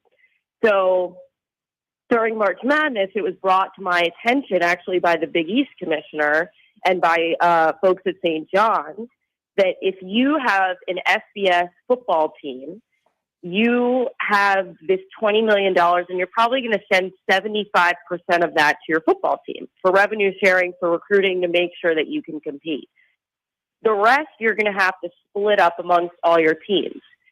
If you don't have an FBS football team, you may not be as rich, but you don't need all $20 million to make that, to potentially send more money to your basketball teams, for example, because you don't have a football team at all, right? So it's going to be this interesting new dynamic if the settlement gets approved, especially with regard to football schools that want to make sure that they're good at basketball. Amanda Christovich, Front Office Sports, frontofficesports.com. Follow her on X, A. Christovich, the letter H, A. Christovich, H. And I'm serious. We could talk to you for hours because just from your answer, if they take the 20 million and 15 of it goes to football, what do they do with the other 5? There's some dispute in which do they have to divvy it up along Title IX, right? There are some people claiming you can't spend most of that money on your men's programs. You have to divvy it up according to Title IX. Others are saying that's not true. That's going to end up in court also, isn't it? Yes, and frankly, it's already in court. There is a case involving Oregon that is sort of slow moving and not making a lot of headlines, but it is theoretically, potentially going to make some sort of ruling about whether or not NIL in general has to, or NIL earnings have to abide by Title IX, right? Equity between men's and women's sports. The Trump administration has basically said they're not going to enforce it, so it's up to a court to make that decision. So that could take a while. I wouldn't be surprised if, for the first year, maybe even 2 of the revenue sharing era, we don't have any sort of ruling, and it's kind of just a free-for-all, and we ignore Title IX because the Trump administration said, hey, our education department doesn't believe that revenue sharing is subject to Title IX in this way, and so until a court tells us otherwise, we're not going to adjudicate it. But, in a few years, as, we're all experiencing with the transfer portal and, with other NIL rules, if a court, makes a decision, all of a sudden in 2 or 3 years, the whole system could change again. We could get used to a system where the football teams get 75% of the revenue. And then in 2 years, it could change. And on top of the revenue from this, the collectives will still operate. So if 15 million is going towards a football team, the collective's going to pick up the rest. And what I found interesting today is that the Arkansas AD is essentially backing the Arkansas collective to go after the money that Nico Amaliva's brother Madden is now leaving Arkansas. Now collectives going after their piece if guys leave adds another whole element to this, doesn't it? Absolutely. Look, that statement is not necessarily suggesting that something new is happening that wasn't happening before. At least this past year, there have been schools and collectives that have put this quote unquote buyout language in their contracts with players. And instead of the next, the team that the player goes to paying the buyout, the player themselves is on the hook for the money, right? That's the difference between college and the pros. But it's definitely sort of being brought to the fore in the sense that the transfer portal is, there's so much movement, and the Nico situation was so high profile that, schools, I think Arkansas was probably right in backing its collective and saying, hey, we want you to go after that money because first of all, you're contractually, your player is contractually obligated to pay that money back if they aren't, if they violate the terms of the agreement or if they decide to leave. And it's not about, they're no longer playing in Arkansas. It's about, since they're no longer in Arkansas, they can no longer fulfill the NIL activities, right? Like autograph signings and, jersey signings, events, like those sorts of NIL activities, which is technically what the players are being paid for. So I do think buyouts are going to become more prevalent unless and until, and you're starting to see a pattern here, a judge says that a buyout isn't legally enforceable. Well, speaking of a judge, the settlement, this, NCAA revenue sharing settlement that they're trying to get done, the judge, I believe, has asked many questions of college athletics going forward. But one of them is, why are you eliminating walk-ons? I mean, there are potentially, if this deal got done today, Amanda, my understanding is well over 1,000 college athletes would no longer be college athletes going forward because it would eliminate the walk-on. I mean, why should we be eliminating the walk-on? They're not making any money. Right. I mean, look, I think they are sort of the casualty of one of the key terms of the settlement, which, so this settlement is actually 3 different cases that have been rolled into one. It's not just the House NIL case. So part of the settlement eliminates scholarship limits, right? So like right now you have a limit on, how many scholarships you can give out for competitive equity. And then you've got your walk-ons and you've got your partial scholarships. So now under the terms of the settlement, if it's approved, you could give a scholarship to literally any player on any team if you can afford it. However, now there are roster limits, which for many players, especially walk-ons or partial scholarship athletes, for the reason of this new rule being implemented, they've already been told, hey, like, we're not going to have a spot for you. You've lost your roster spot because now we have roster limits. So even though we weren't giving you a scholarship, we have this new rule that we have to follow, and like we have too many players. So that's kind of the situation. And I mean, hundreds of athletes, parents, other interested parties have filed, letters begging the judge not to approve the settlement for this reason. Just in the past couple of days, it's crazy. Like there's been like a flurry. I have like email notifications set for the court docket, and I'm just getting like floods of emails with all of these letters. All over the country, athletes who are either already in college or most of them are still in high school, and they just, agreed to go to a school because they would get a roster spot. They didn't even care about getting a scholarship or care about getting a full scholarship. And now they have no idea what they're going to be doing next year. And so it's a huge problem. The judge even said it was a problem. She offered a solution. The parties decided not to take up that solution. And so we'll see if the judge approves it, as is. All right. The other thing that you've been reporting on a lot is the amount, and you brought it up in this interview, is how much money the NCAA is spending lobbying Congress to try to stay in an amateur model. Throw that in with all the rule changes that happened that seem to be because of the revenue share model. Do they contradict one another of trying to keep this amateurism model alive and what they're lobbying for and all of the rules that they basically took out of their rule book in the last 24, 48 hours? What's interesting, I actually would not say they're contradicting themselves because they've put together this really sophisticated, coordinated effort to use the settlement as a way to show people, hey, we've changed our ways, right? We're going to pay the players. We're going to let the schools pay the players. No skin off our nose. We're not. That's not our money. That's the school's money, right?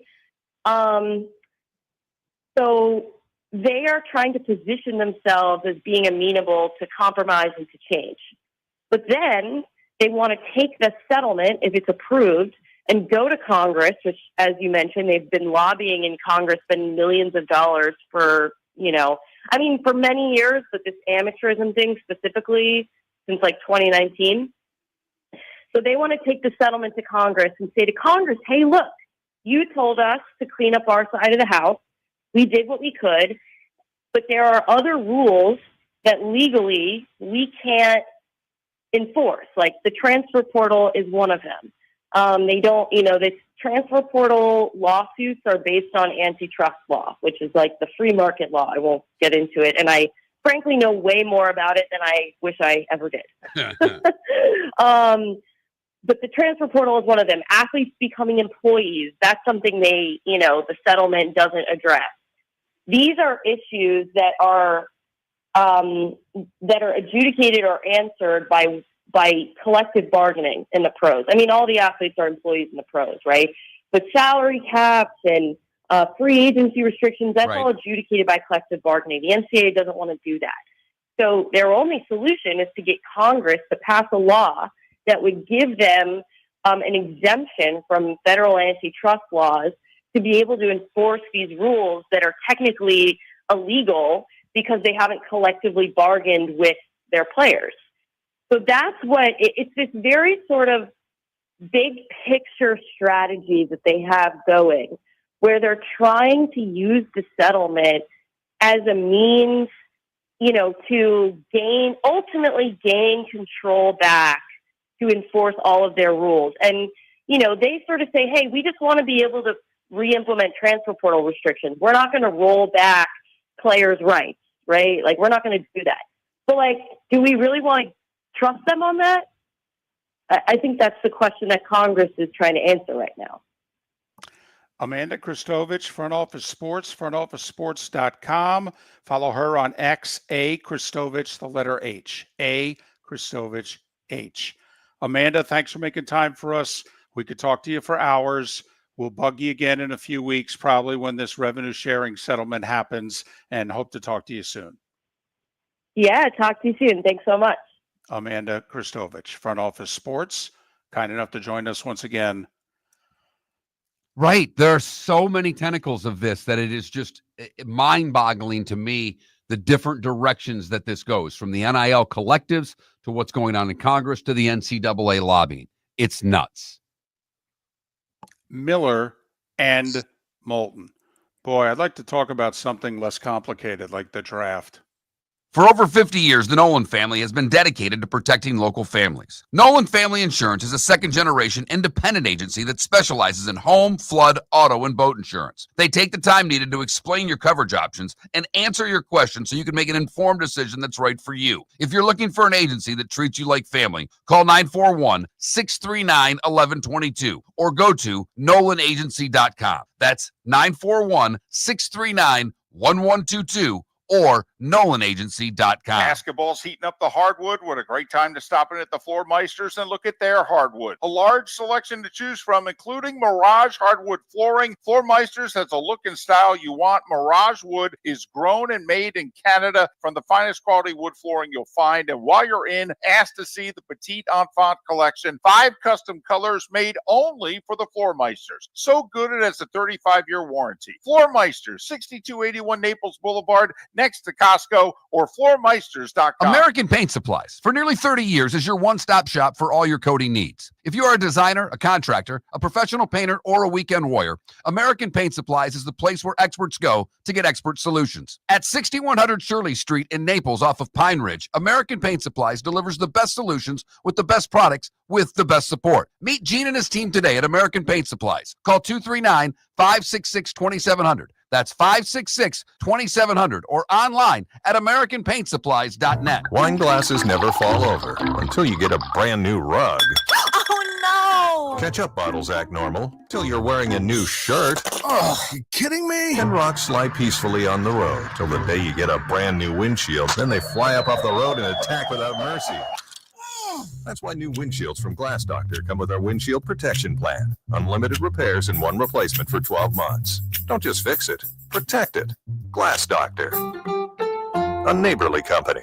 We've got a text message for Dr. Dollar. A few of my friends are taking daily Cialis or Viagra. What are the benefits and how much does it cost? Great question. Cialis, tadalafil, and Viagra, sildenafil, are game changer for men who want better performance, stamina, and confidence. They improve blood flow, support long-lasting performance, and help you feel like yourself again. And the best part, at Revitalize Clinic, we make it affordable. Less than $1 per pill. No overpriced prescription, no hassle, just real results, American-made, at the best prices in town. Plus, with early hours starting at 5:30 in the morning, we fit your schedule. Take control of your health today. Call Revitalize Clinic at 239-277-5770. Visit revitalizelounge.com or text Dr. Dollar directly at 239-980-2302. That's 239-980-2302. Get results. Get confidence. Revitalize Clinic, because every man deserves to perform at his best without breaking the bank. Text Dr. Dollar now at 239-980-2302. This is Miller and Moulton.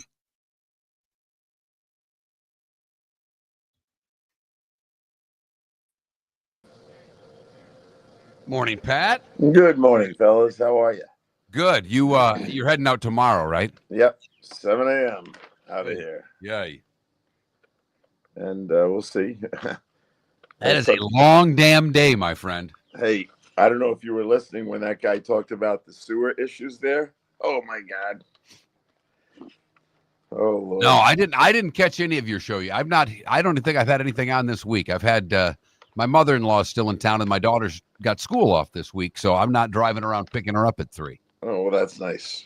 So not for the air, but this guy was interesting. His brother-in-law works for the sewer department of Green Bay.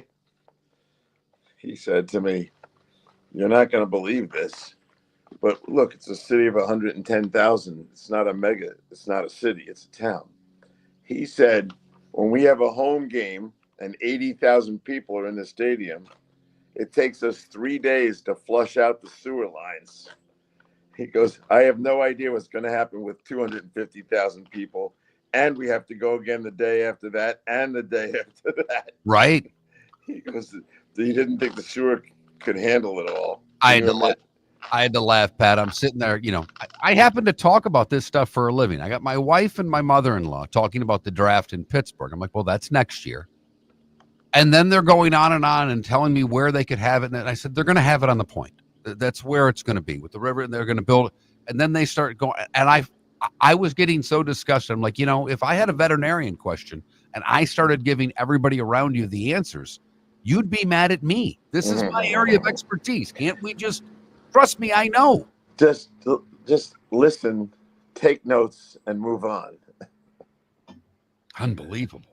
Although I think it'll look great in Pittsburgh. Yeah, it absolutely will. Just the view from up top, looking down at it. Yep. Man. Yep, it'll be great. I know Bill Cower's on the committee for that one. So is he? Yeah. I said, how do they?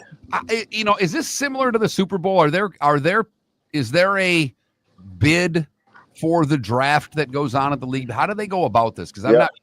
There is a bid, and let's just call it the eligible cities that are candidates.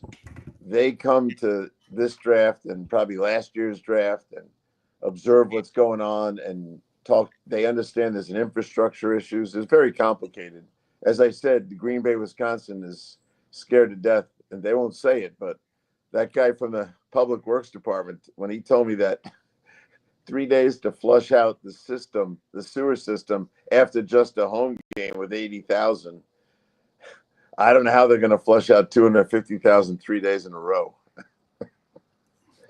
So yeah, you deal with all that, and then they charge, and they make a lot of money, and then these cities want to see the books of how much money other cities have made running it, and that's why there's a lot of competition for it. Well, it's so different than a game, and that's what the game. People come in the morning, they tailgate, they go to the game, they might have a beer or two, they leave. This is all day, Friday and Saturday. Yeah, and they try to keep them entertained with stuff and constantly having players talking and celebrities all around and all that business. But they figured out how to get people to come. Last year, I was shocked when we were in Kansas City, I was shocked that on day 3, it was mobbed. And there were a lot of people that couldn't get there Thursday and Friday because they worked.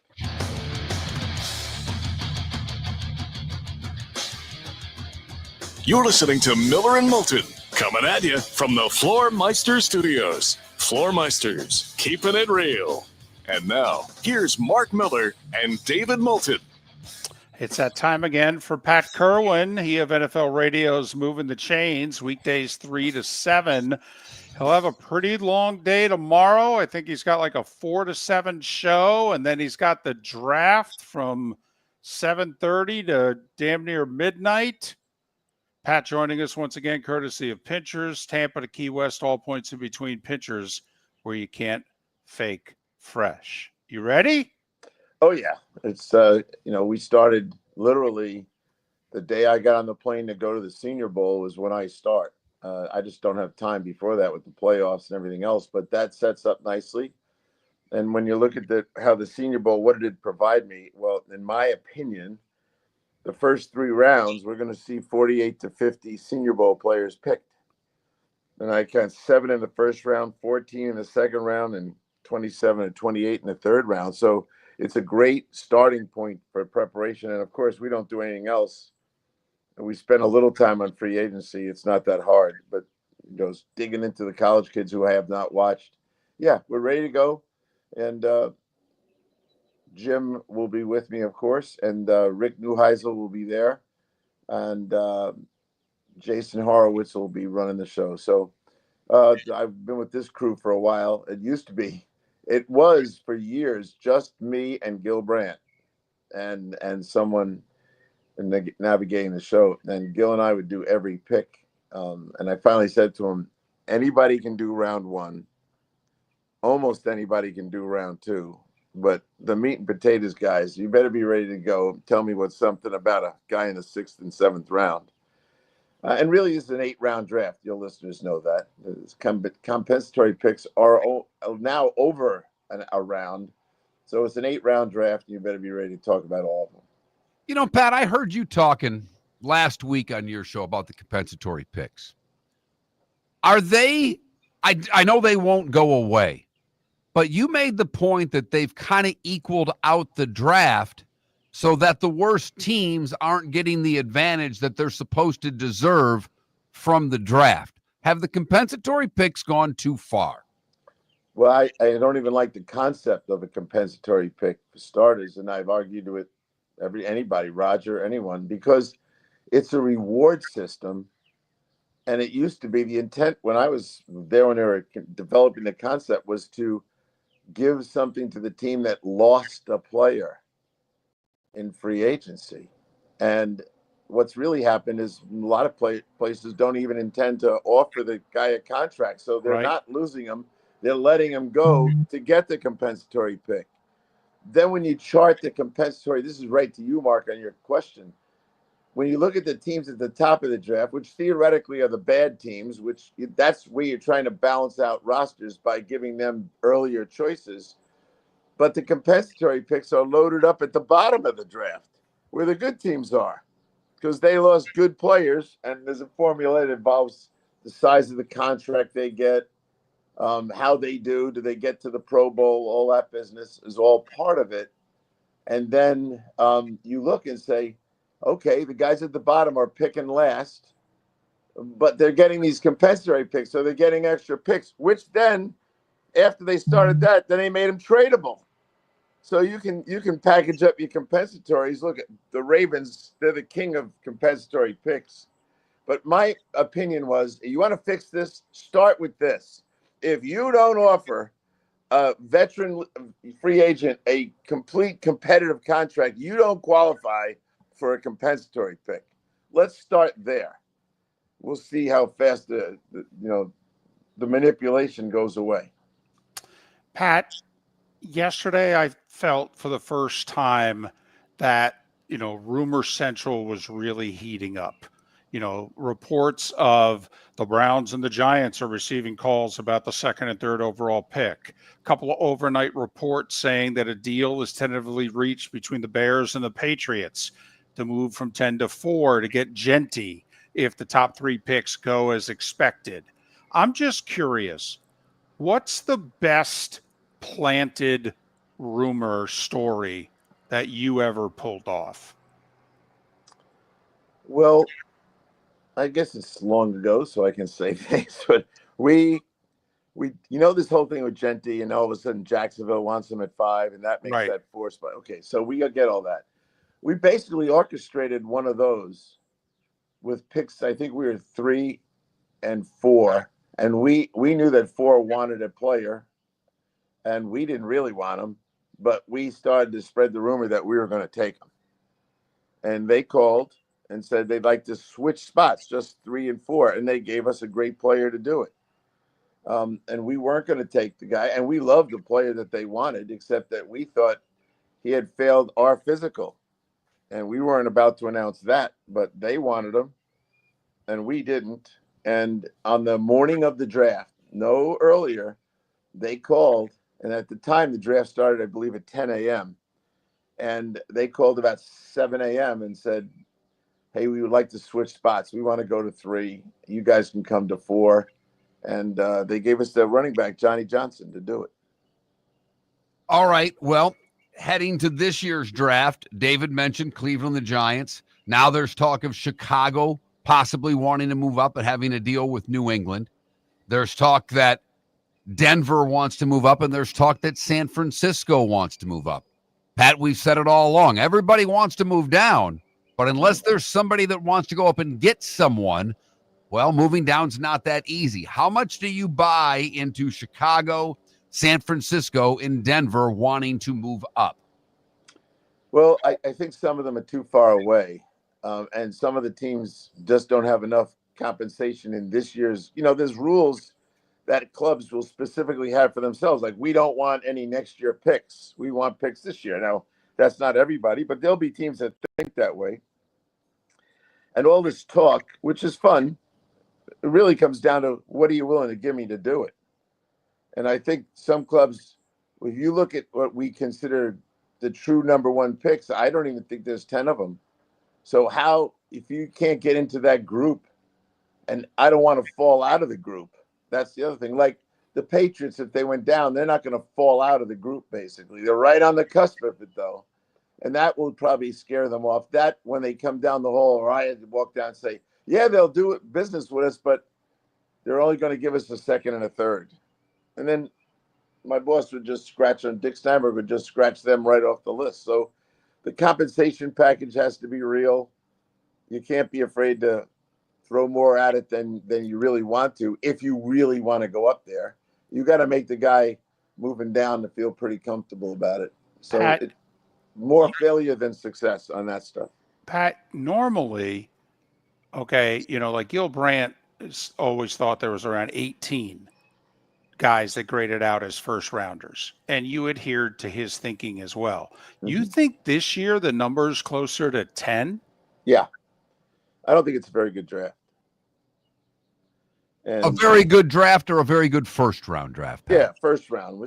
That's where the money is. And so when you look at it, you ask yourself, Dave Gettleman would always say, how many gold jackets? That's his favorite way of looking at a draft. And people criticize Dave for his drafts. We talked about it on Tuesday. He did draft Christian McCaffrey and Saquon Barkley under the pressure of the media telling him you're an idiot for taking a running back. But he took those guys because he thinks he did and still believes they're both gold jackets. So how many gold jackets do you see in this draft? 2, 3? Then how many all pros do you see in this draft? Because if you're going to spend that kind of money, now the money got cheaper, we all know that. But I don't think it's a very good draft. I think it's nice, and I say that in a positive sense because I think from pick 11 to pick 45, I guarantee those grades are not far apart.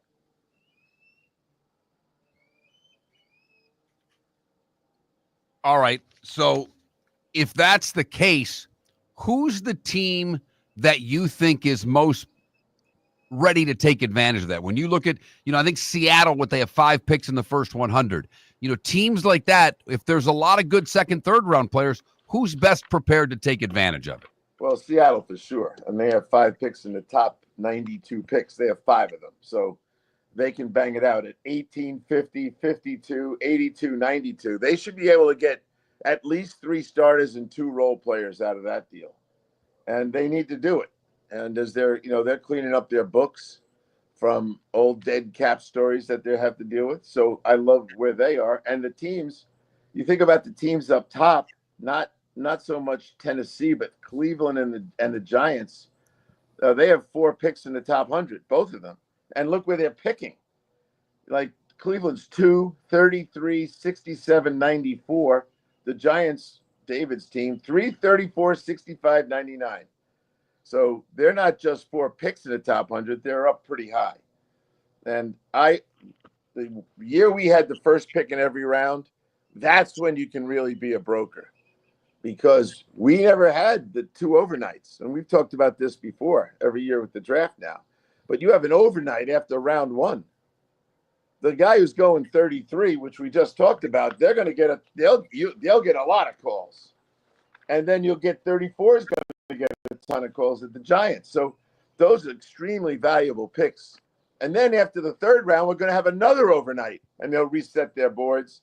And then you just see what happens then again. So the opportunity to negotiate trades with all that time from 11:30 on Thursday night until 7 o'clock on Friday is a lot of time. We never had that time.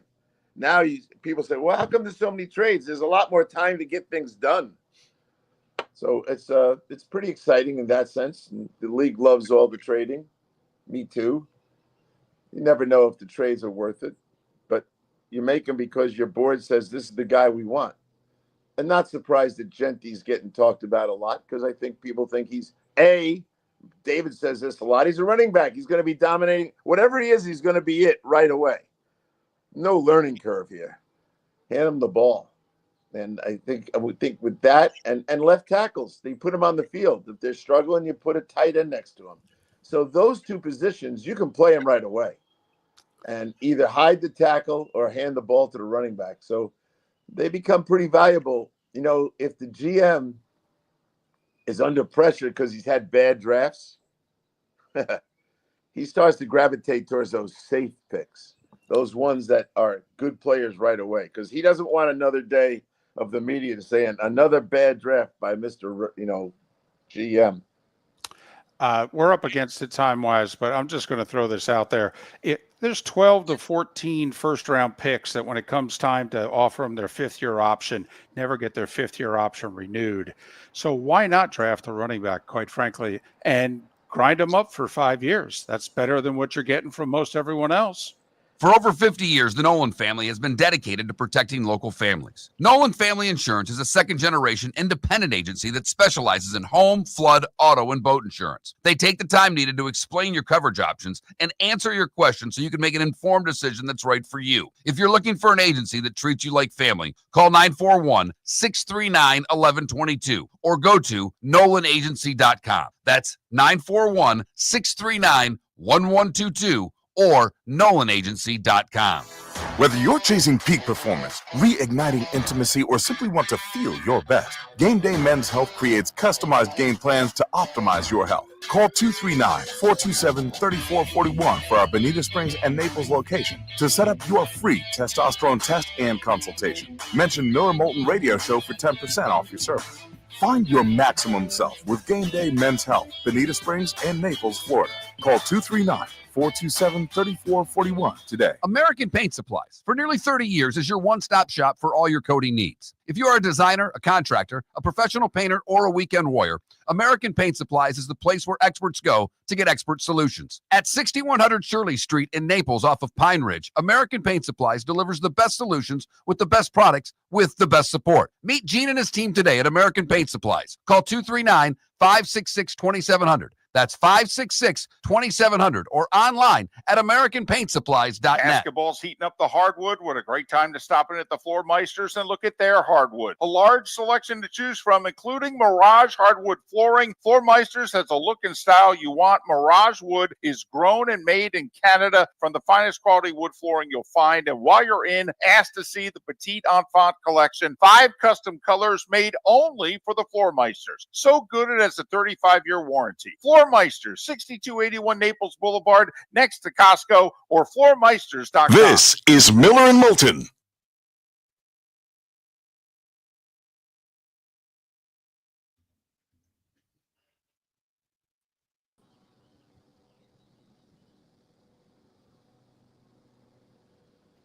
So you got a good start from your Blades, a little overtime winner in game 1. And game 2. Oh, they were both great games. How And, were the crowds? the first Friday night was packed, literally full. Saturday had one section that was kind of empty. That was it. Everything else was loaded up. But I felt like there were a few less people on Saturday. Interesting. Yeah, I was surprised by that. But it was Usually a great it's the other way start. around. I know. And I figured, if this is the Friday crowd, how the heck are they going to fit anyone in Saturday? And it turned out to be a little different than that. But I don't know. It was really exciting. And I was 10 days a day. I had my grandkids. They were all dressed up, and they were on the Jumbotron. One guy was on a Jumbotron like 4 times. He was obsessed with it. Get this, Mark. He had 2 jerseys with him. And he got on in his white jersey. Then he took it off, put the red one on and a mask, and got on in that one. Nice. Yeah. I was like, what are you doing? He goes, they don't know it's me. I was like, oh, God. He cared more about that than the game. You know, Pat, I have a philosophy that I don't wear merchandise of teams that fired me. So I gave away all my Everblade stuff. Gave most of them to my kid, and I had a slew of jerseys from different nights we had. And I actually ended up having all of these prototypes of our original jerseys. So he goes to Carolina Hurricanes games, and he and his buddy are all in Everblades jerseys going to those. I love that. I like your philosophy. Don't wear it if you got fired.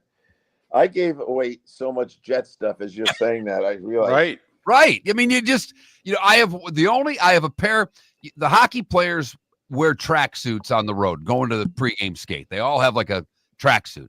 The first year I worked in pro hockey, the Atlanta Knights tracksuits were awesome. I still have the bottoms from that. They're like from 92. They're the most comfortable sweatpants I've ever owned. That's it. That's about the only item I've got left. Yeah. It was, I don't like wearing stuff anyway, unless you're paying me to wear it. So, right.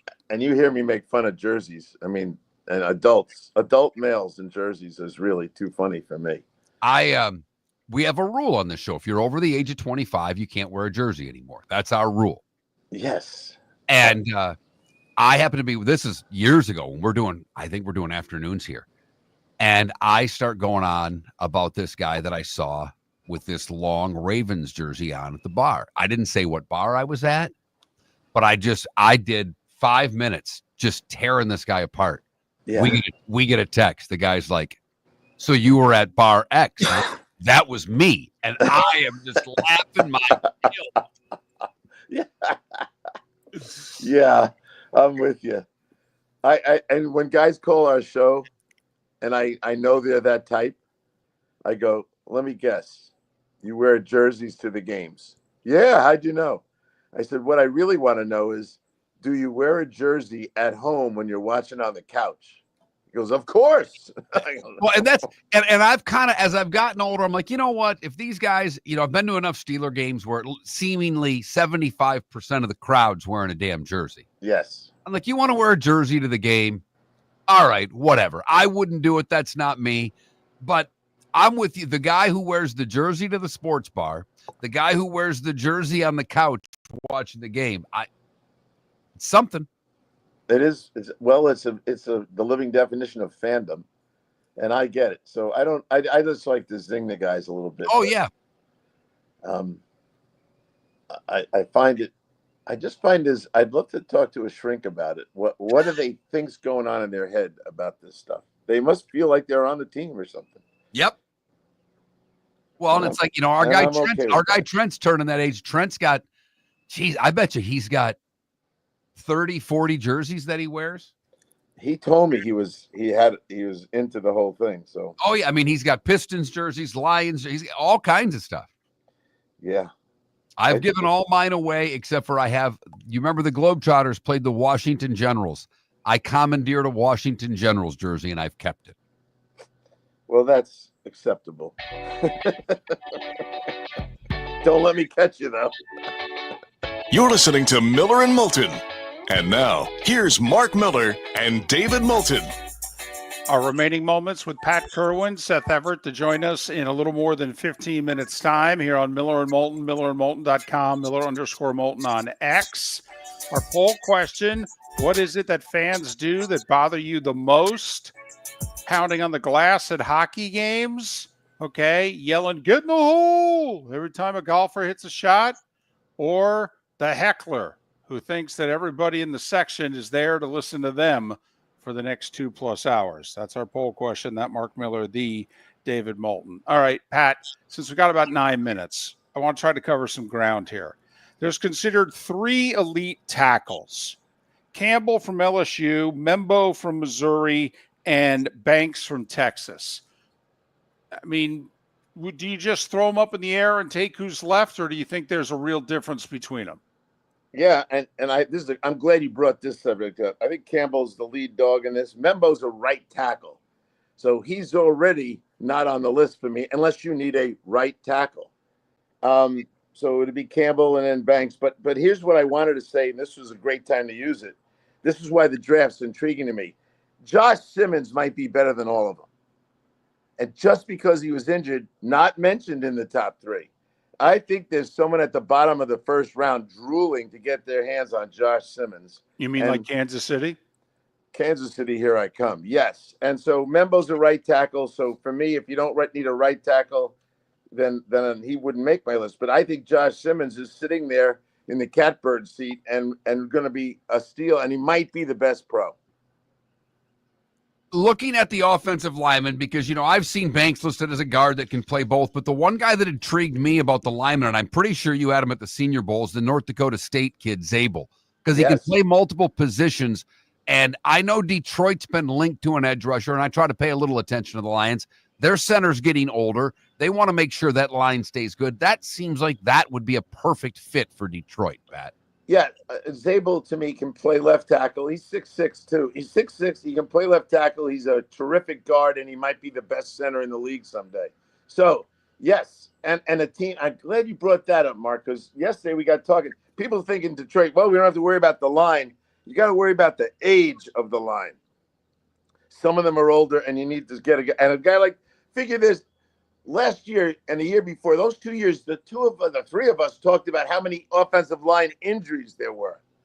If you have Zabel, you have the backup to every one of the 5 spots. I'd be shocked, though, Mark, if Zabel lasted to 28, to be honest, because of his flexibility and the fact it's a little weaker draft. All right, does it matter to you which tight end you get? Tyler Warren, Penn State, or Colston Loveland of Michigan? There are some people I know who like Loveland more. They think he's a little faster and a little bit more of a downfield threat. Does it matter to you, Tyler Warren or Colston Loveland? Well, it's style of play. So if you're looking for a guy that's half wide receiver, you're taking Loveland. If you're looking for a guy that's more traditional in the tight end role, like Gronk, you're taking Warren. So again, what do you want on your offense? Now, if you're a team that already has an inline tight end, you might be really interested in Loveland and considering him like the 3rd wide receiver type. After the Bauer, everyone passed on Bauer. We talked about this on whatever it was. we realized that those teams that passed on the tight end that lands up at the Raiders should have gone 4 or 5 spots before that. That's why I think it's going to be great for Warren and Loveland, but it's style of play. What are you looking for? If you need a guy that's going to be next to the tackle a lot more, I wouldn't like Loveland as much. If you want a guy that gets out there as an open X receiver or in the slot a lot more, You love Loveland. So I think that answers it. Would I be surprised if one goes? Everyone thinks Warren will go before him. I don't know. Well, Loveland might go before him as it goes now. If Loveland ever got to the Chargers, would they take him, his old coach? Oh, that's his floor, Loveland. There's no way he gets past 22. Right. So yeah, Pat, I'm just looking at the runs. When you look at the runs of players, because we know there's going to be a million edge guys going in the first 3 rounds, but you've talked about the wide receiver class not being particularly great. If you're a GM that's set on getting a wide receiver, when a wide receiver is drafted, do these GMs start to panic and think about trading? Because we all know there seems to be runs on positions in the draft. How does that affect a general manager drafting? it depends on how he has his board, but wide receiver is a good place to talk because how do you see Travis Hunter? And does the GM of the next team see Travis as the best wide receiver? Well, in his mind, the run started. If you thought he was the best corner, you're not panicking about that. So that's part of it. Now, in my estimation of things, there'll be 5 receivers in the first round. Do I like all 5? Not really. I really do enjoy the second round where I think Jaden Higgins is. And I would take Jaden Higgins over 1 or 2 of the guys that are in the first round. So I'm already looking at a little bit of value there. The way I see it, 5 receivers in the first round, 3 in the second round, and 5 in the third round. That's kind of how I see the receiver thing breaking out. Okay, if we can get really geeky here, because besides Golden from Texas and McMillan from Arizona, I'm curious who you think's going in the first round. The Ohio State guy, and I don't like Golden, by the way, in the first round. I don't, but he'll go in the first round. So Igbuku there from Ohio State. Yeah, and Luther Burden. He'll have a chance to go at the bottom of the first round. He's a good slot guy. And anyone who's playing 11 personnel all the time, and there are teams like that, they'll love him. And he's physical, too, to go along with it. So those kind of guys. But I'll take Jaden Higgins in the second round, and I'd be happy to do it. And I love Jalen Knoll, his teammate, in the third round. I know someone who likes him in the second round, so he probably won't make it, but I put him into the third round. So I like some of the guys below. And that's the point about a run, which was Mark's question. This is what I learned from Dick Haley. Hold your water. The guy we like is, and we have a grade that's as good as 1 or 2 of those first round guys. Hold your water. We can get Jaden Higgins in the next round. That guy's a pretty unique player. And so is his teammate, Noel. I had both of them at the Senior Bowl, and I love both of them. And then, I think the X factor in receivers is the whole Isaiah Bond thing, because I think he would have been drafted a little bit higher if not with what's going on. And how many teams have him completely off of their board, Pat? A couple. There's lots of different philosophies on that. If your owner has any say on things, which they usually do, and they're not going to want these. Here's what my owner said, and I think a lot of them think, he goes, do I have to get up the morning after the draft and read the whole story about the guy we took? Is it going to make my wife mad? Am I going to be embarrassed? Do I have to answer media questions? So Isaiah hurt himself. There's no doubt about that. And whether he's guilty or not, you're asking me to take a draft risk. So, yeah, he'll fall down. But I can tell you there are teams that won't take him off the board. And he'll have a football grade, which will probably be the bottom of the first round, early second round, somewhere in that area. Let's call it 25 to 35. And then when they're at pick 38 and 39, and he's the only name left up there, they'll take him. Pat, we got about a minute. All right. Specifically for the Dolphins at 13. The thought is now they're going to go corner. I would not go line, but they're going to go corner. The 2 names mentioned are Jahdae Barron, Texas, Will Johnson, Michigan. Who would you take if they're both on the board? I think I'd take Barron at this point because I don't have a 40 time on the other guy, but the Barron kid has got flexibility as an outside corner, a slot nickel corner, and a safety. I would probably take him. What about the Bucs? What do you think they're going to do? That head coach, he needs pass rusher. He needs a linebacker. Well, I think either Campbell, probably not Walker, but maybe Jihad Campbell's going to be there. I talked to Mason Graham yesterday. I know everyone's excited about him. I know someone who likes Grant more than him, his teammate. Those are things I think they're thinking about doing now. What was the last thing we did with those guys, which was interesting?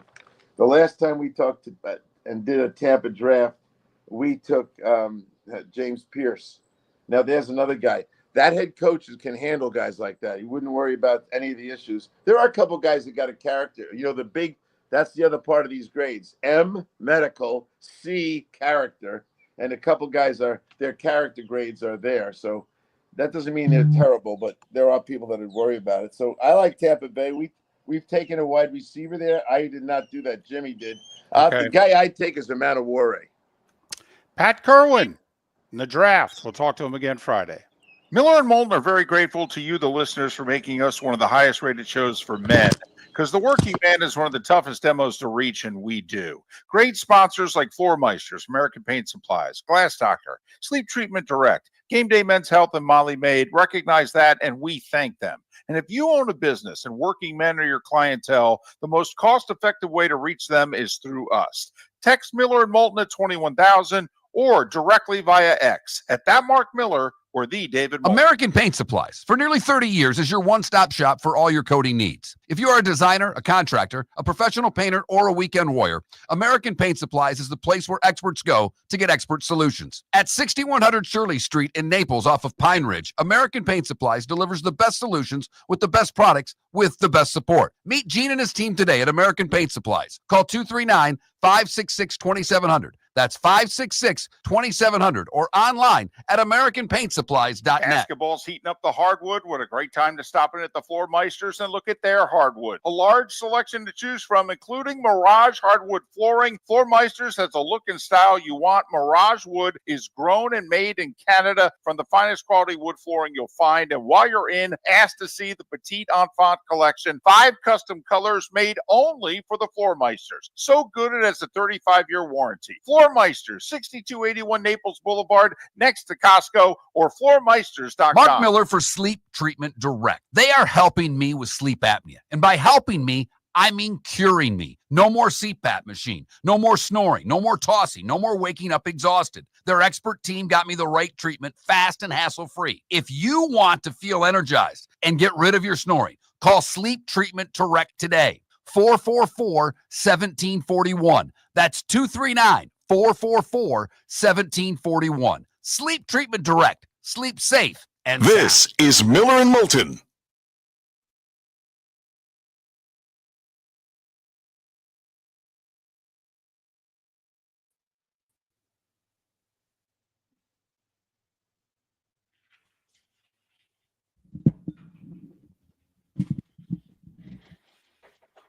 Hi, Seth. What's that? You guys said hi. I didn't realize you got up and left as I put my headsets in.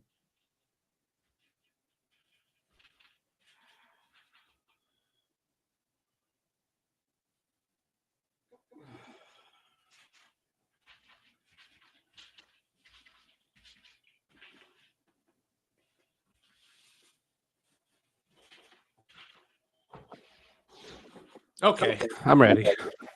Good. How are you? I'm good. How are you? Good. It makes game 3 now a 10, Seth. Yeah. Oh, yeah. And we'll be there. Are you? Good. How was your trip? It was amazing. It was amazing. It was really weird at first. You know, taking my kids anywhere without my wife is weird, but they made it so much fun. And then it just turned into just fun. So it felt great. Good. Good. I'm really glad. fun. Good to hear. Yeah. Tampa is so newly developed. Yes, it is. There were every place we went to, I had never seen before. And I've been to Tampa dozens of times. My daughter has a celiac. And so what she does to go to the cool restaurants, she searches TikTok first. Okay. And then matches it with a gluten-free app. Okay. So she finds the trendy restaurants. So she'll find 7, and then 4 of them will get 5 stars on the gluten-free app. And then she says, this is where we should go to dinner. Excellent. That was a very smart play. Excellent. Well done by her. I was very impressed. My daughter had a friend they don't hang out anymore. When she was little, she had a friend that had that. So every time she had to come over, I was always getting gluten-free this and gluten-free that. And I got pretty good at making sure I could take care of her when she came to the house. My kid does a very good job of just getting what she likes, not making a big issue of it. Hi. Morning, sunshine. It's a morning. It's a fun one. My podcast is 80% done. Too much hockey. Come on, your game was on early last night. It was done by 8:30. I know, but then I started watching the Lightning. And it was weird because I was editing Sean McDonough while listening to Sean McDonough. It was very bizarre world. God, he sucks doing hockey.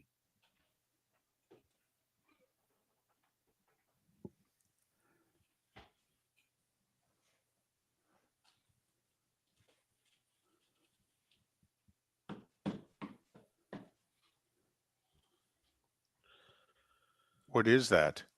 Oh, the Prince. That's okay, I couldn't see record. it. That's a record player protector. Gotcha. I guess it fell overnight.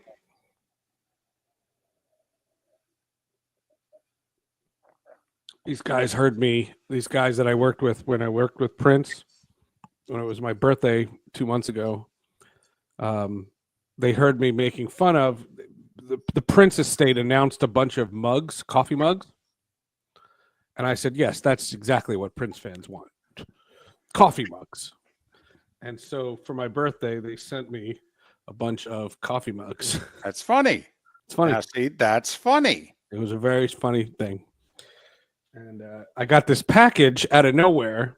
And I was like, what is this? You know, I open it and it's all these Prince logoed coffee mugs from all the different eras. I'm feeling 1988 today.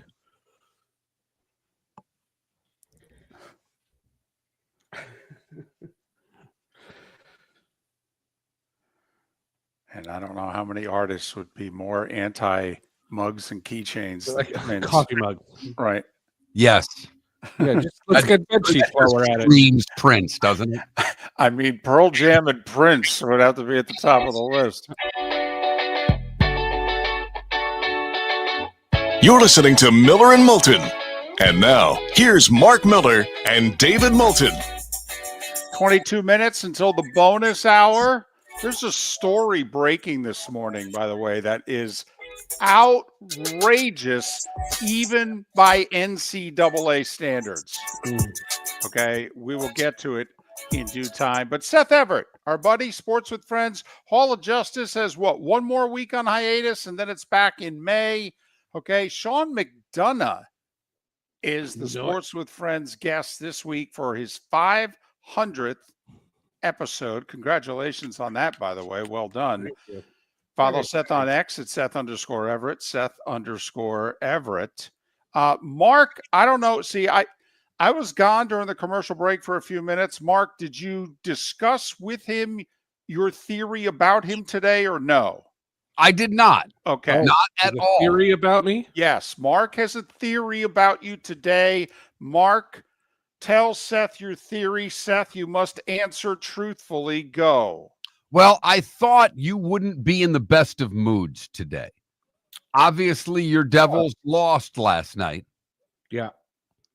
And, well, that was one. Well, David, I don't even remember. Wow. Sherlock Holmes over here.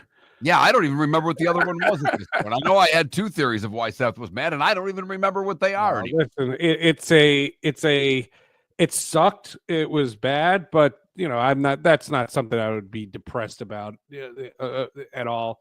I'm happy to talk to you guys. I'm happy to hang with you guys. I have today is like my first real day back at my desk. I get back from my trip. I was away for 6 days, and iHeart put me right to work. I had my class to teach. I had a podcast to do. I was like, yesterday I was running around with a chicken with my head cut off, and today is a calmer day. All right, the other one I've forgotten. Thank you for reminding me in the Twitch chat room. Not only did your Devils lose, but you came back from your Florida trip where you were denied credentials for the Yankees-Rays game. Yeah, how about that? That was weird. I hadn't been denied credentials in a while. I mean, the last time was at Madison Square Garden because I'm on the the band. Well, list. right. Yeah, well, but that's a James Dolan thing. I mean, anybody can get denied, anything at Madison Square Garden because Dolan's a nut. Yeah, Okay? but my plan for Saturday afternoon, I just thought, my 2 teenage daughters were amazing, but I was spending every single second with them. And I just wanted a little bit of a detach, like just to give me a couple of hours. And they wanted it too, right? I'm sure they did. I'm sure they did. And so I tried to get credentials for Saturday afternoon. I figured I'd go to the Steinbrenner Field, a place I'd been to 100 times, but I wanted to see the inner workings. I wanted to see all the designs and how much Yankee stuff is still there. I don't know. And they said there's a space issue. No room. Well, you can believe that, And though. I believe it. Yeah. It's built for spring training and in Florida State League. So, for the most part, you're dealing with Yankees media, which is large. Sure. And then, some national media. But obviously for Florida State League, I mean, there's 4 media members there. It's a lot. So, well, my buddy Brian Hoke, who covers the Yankees, said that if like the Rockies were in town, they would have been fine. It was just a coincidence of the Yankees being there. I give a lot of credit to Tampa. That place has been rebuilt. I mean, the whole place is redeveloped. Hyde Park is gorgeous. The Riverwalk is amazing. Stuff that I went to Tampa maybe 15 times in my career, and I hadn't been there in a while, and it was absolutely stunning. That area around Amalie Arena is absolutely fantastic. They had a street fair on Sunday, and it was so much fun. I love Tampa. A lot of time and money into that. Vinnick bought up a lot of land. He has got the money. He's invested in it. And hey, there could have been a ballpark there too one day. And so maybe one day there'll be a ballpark within about 7 miles of it. Okay, so you brought that up. We go on a tour of the University of Tampa. And the guy, it's an information session first, all the stats and things like that about the school. And the guy mentions about all the cultural things that you can do in the greater Tampa area, including the Tampa Bay Lightning and the Tampa Bay Bucks. And he moves on. And I said to my kid, there's a baseball team that plays here. I said, for like 30 years. But they're only leasing for this year with no option to buy, apparently, until told otherwise, Seth. Okay? I'm sorry. You can have this car for the rest of the year, but we are not giving you the option to buy. At least as it stands now. We may change. The dealer may change their mind down the road, but right now, okay, you're leasing and your lease is up most likely at the end of September, definitely by the end of October. Yeah, exactly. I just thought it was really funny how they just ignored them. They were like, it didn't exist. And, in my head, I mean, look, the Lightning are a fantastic franchise. There's signage all over the downtown area. It was stunning. And we know what the Tampa Bay Bucks are. It's a fascinating place. I had a blast. I had an absolute blast. Good to hear. Did the daughter have a blast? Is it a possibility that she would be a student there? It's kind of like her first choice. It's nice. It could be an early decision kind of thing. Nice. Good for her. She really was into it.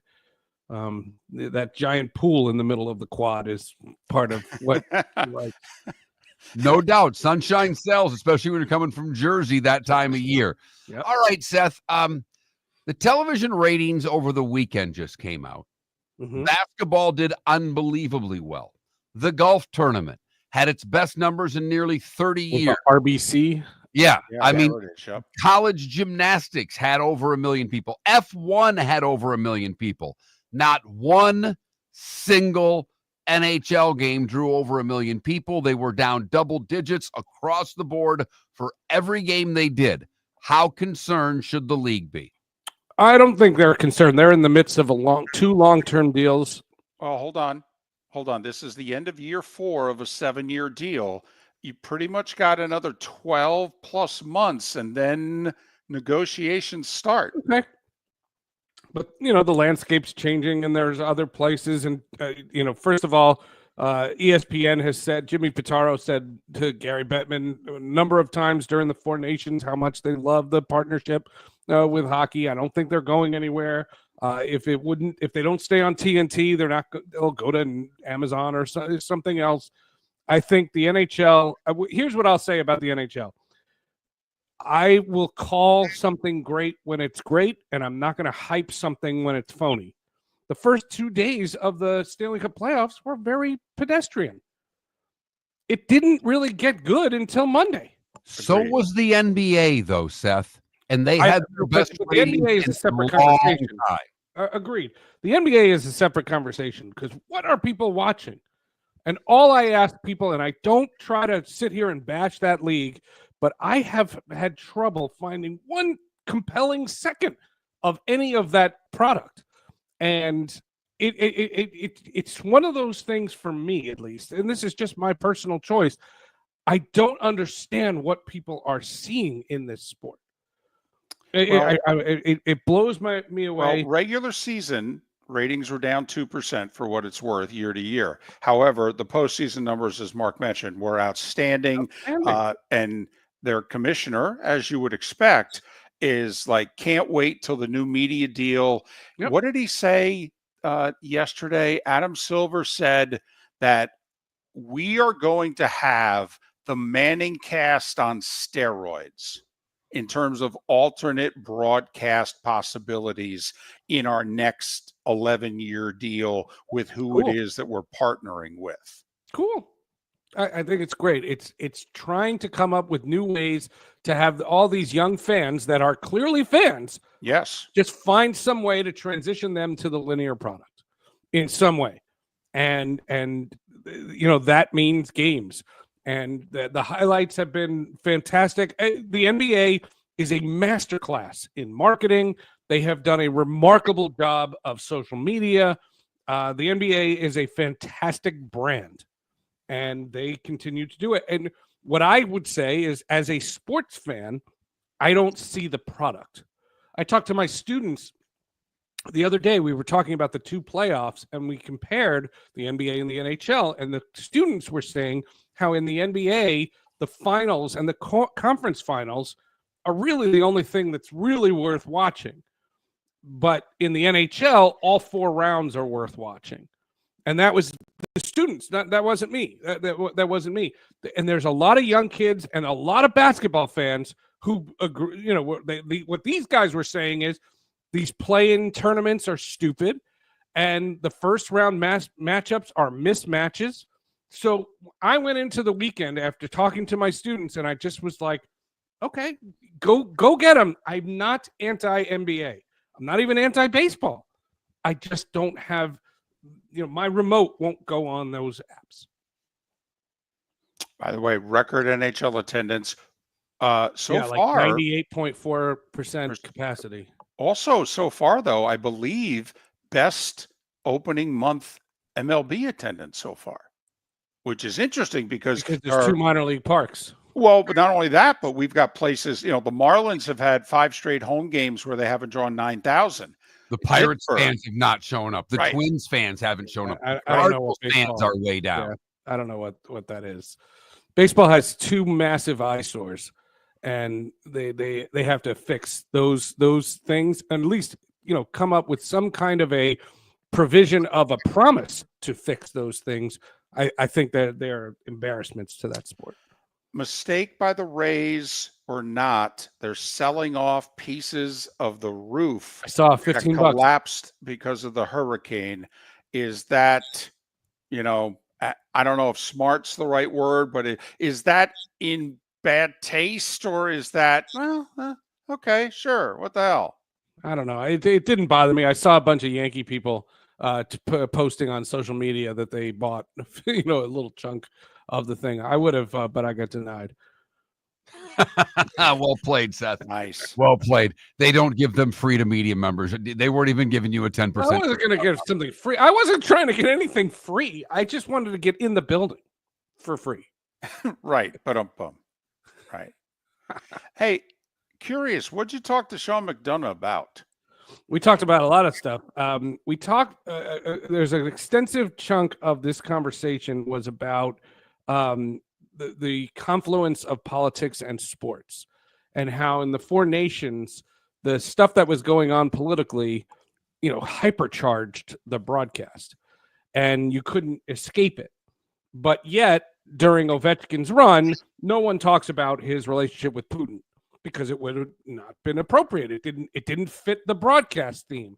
And how do you walk this fine line of when is it right to talk about? When is it not right to talk about? He had some really interesting insight. We also talked about the idea that the decision to move Ray Ferraro to the bench and what that does for the broadcast. It's really fascinating. That's a little under the hood, but I thought it was really, really interesting. And then we talked about baseball and, when he called baseball, what he wanted to do, growing up the son of Will McDonough. What was he trying to do at that point, and how he's done major events at literally every sport. He's done college football. He's done the Monday Night Football. He's done baseball. He's done college basketball. He's done everything. He did a few Masters in the 90s with CBS also.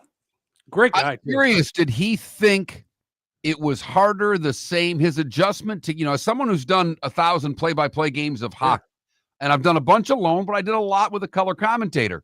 Did he find it easier, harder, the transition of getting used to someone that you can't elbow and say it's your time to talk, basically? He said there's a transition. He said, but they picked it up really fast. And he said, selfishly, he would never ask for it, but he said, I like having the space. He said it's great. He said it. He goes. In my old age, my charts are old school. He handwrites all his charts, so they're big lettered. He puts it all out, and he does it. One thing I asked him about prep, I said, has prep changed with the advent of the internet? And he said, the minute I don't want to prep the way I do, I'm retiring. He said that's my limit.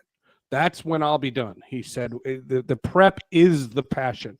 The prep is the part of it. The games are a couple of hours a week, and the prep is constant, and he's constantly watching games. We also had a very interesting conversation about how teams are creating their message with these RSN deals, and how these players come out, these broadcasters come out, and they have to ask all these softball questions on these local broadcasts.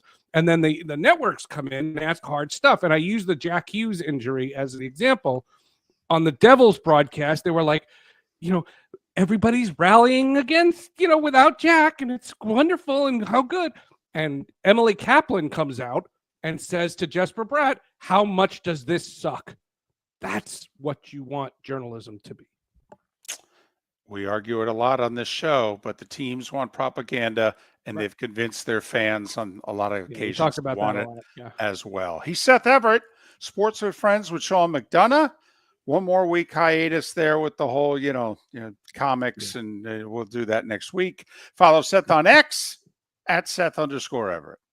American Paint Supplies, for nearly 30 years, is your one-stop shop for all your coating needs. If you are a designer, a contractor, a professional painter, or a weekend warrior, American Paint Supplies is the place where experts go to get expert solutions. At 6100 Shirley Street in Naples off of Pine Ridge, American Paint Supplies delivers the best solutions with the best products with the best support. Meet Gene and his team today at American Paint Supplies. Call 239-566-2700. That's 566-2700 or online at AmericanPaintSupplies.net. Wine glasses never fall over until you get a brand new rug.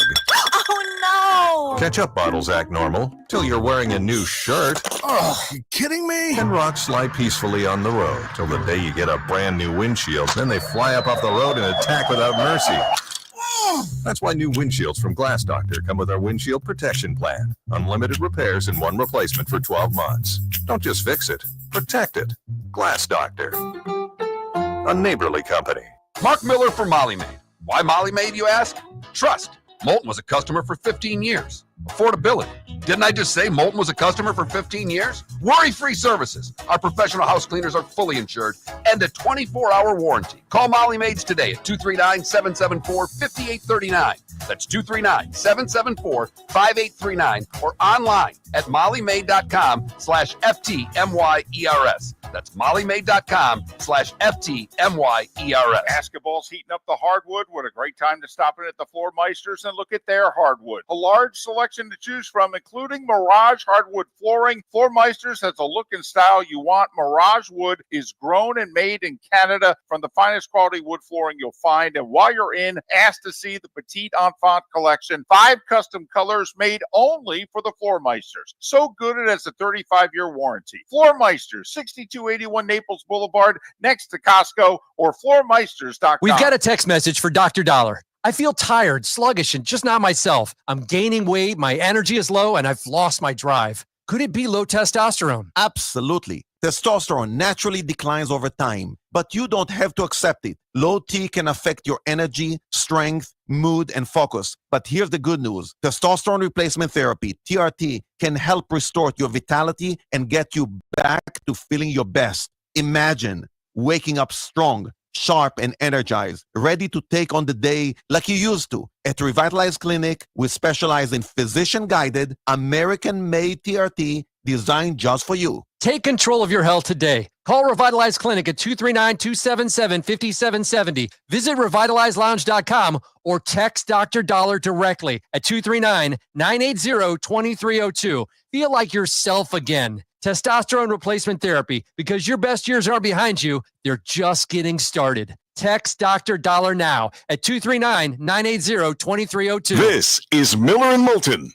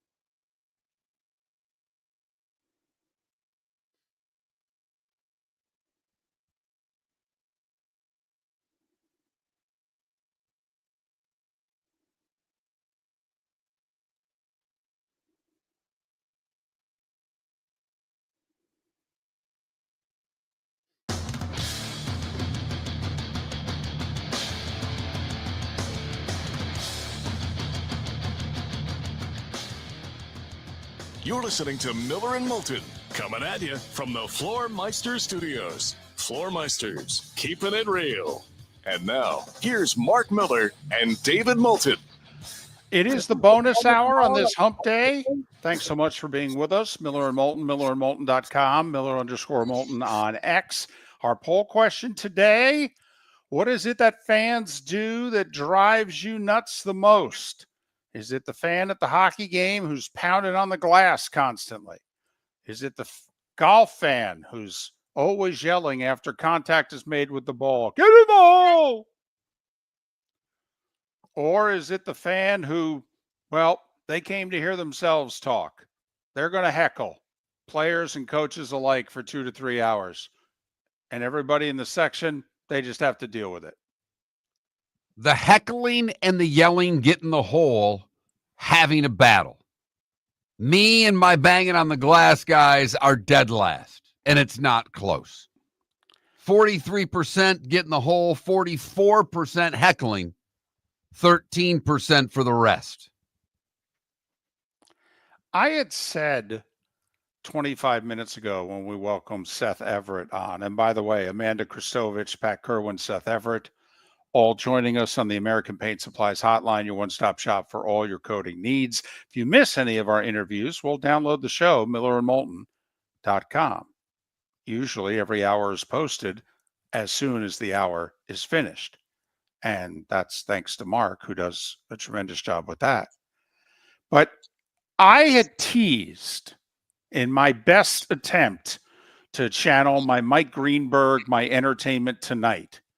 I tried to tease a ridiculous story involving the NCAA, even by the NCAA standards. That was my tease. Mark, I don't know if you have seen the story, which is already developed in the last hour this morning. It involves the Fordham men's basketball team.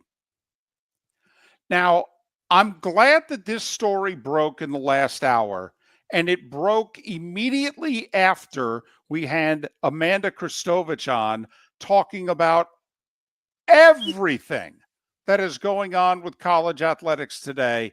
All of the money, all the different places, the lobbying of Congress in the different courts, the whole deal. Right. What did the NCAA concern themselves with this week? Fordham men's basketball. The 2022 and 2023 seasons. Mark, all their wins have been vacated. The head coach received a 2-year show cause penalty. He's already been fired, by the way. And the athletic department was fined 2% of their athletic department budget, for goodness sakes. And the men's basketball program was fined $35,000. Mark, do you know what they did? Those cheaters at Fordham. Those greedy blankety blanks. Do you know what they did? I have no idea, David. What did they do? They hired on 24 occasions a professional photographer. And when they were bringing recruits, Fordham, this is a New York City school. And when recruits came on recruiting visits, they had the photographer snap some photos of them in and around New York City, kind of like glamour shots. Here, imagine going to school and living here. And on 8 occasions, tickets were given to recruits to attend either the U.S. Open or a New York Giants football game. 2 years probation. Tens of thousands of dollars in fines. Wins taken away. Glamour shots. And some tickets to go to sporting events. Mark, recruits are brought to games now, and fan bases Cheer them. Those blankety blanks at Fordham, how dare they hire a photographer and take some still photos of the kids walking around Times Square? And that's what the NCAA is punishing. Well, they can't punish anything else. They have not the rights to punish anything. Why they're punishing this, I have no idea. I mean, but every once in a while, David, we've seen this throughout the new era of the NCAA. In the NIL world, every once in a while, they're in Indianapolis going, hey, Moulton, you know what we got to do today? We got to put somebody on probation. We got to get our power back here. And that's what it seems like to me. This, by the way, Fordham took this seriously. During the course of this season, they suspended their coach 4 games to try to show the NCAA, hey, if you say we committed recruiting violations, we take it seriously. They then fired the coach at the end of the year. And of course, Mark, what did Fordham do with the NCAA? Quote, fully cooperated, unquote. Which is something that Miller and Moulton, going back to Florida State, losing their indoor track title whenever the hell that was. I mean, this is pretty early on in Miller Moulton. This is almost 20 years ago. And from that point, we decided on this show that there is no school in the country that should ever cooperate with the NCAA. We never saw a case in which the school who fully cooperated did not still get punished and was then given a lesser punishment because they fully cooperated. If you don't fully cooperate, the NCAA has about 6 people that could investigate. They don't have the resources nor the manpower to do it themselves, unless you give them the evidence, which Fordham did. Rob Tauster of Field of 68 took to X this morning and said, we have kids that are the 3rd best player on a Sweet 16 team that are getting $3.5 million to transfer. And we're giving A-10 coaches 2-year show causes for taking recruits to NFL games, tennis matches, and a photo shoot in Times Square. What are we doing?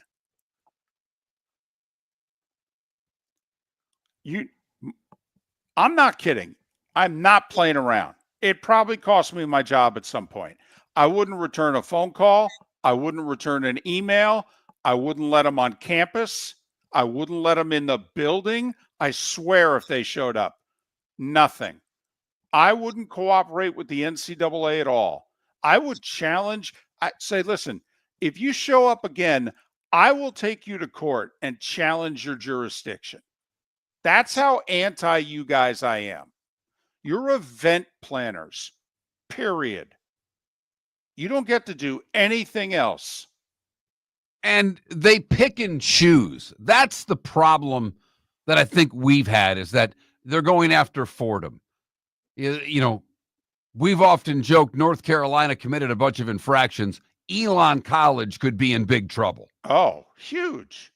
Absolutely. Well, 25 years of academic fraud at the University of North Carolina. Literally no penalties. 25 years, academic fraud. Nothing. Not a year's probation.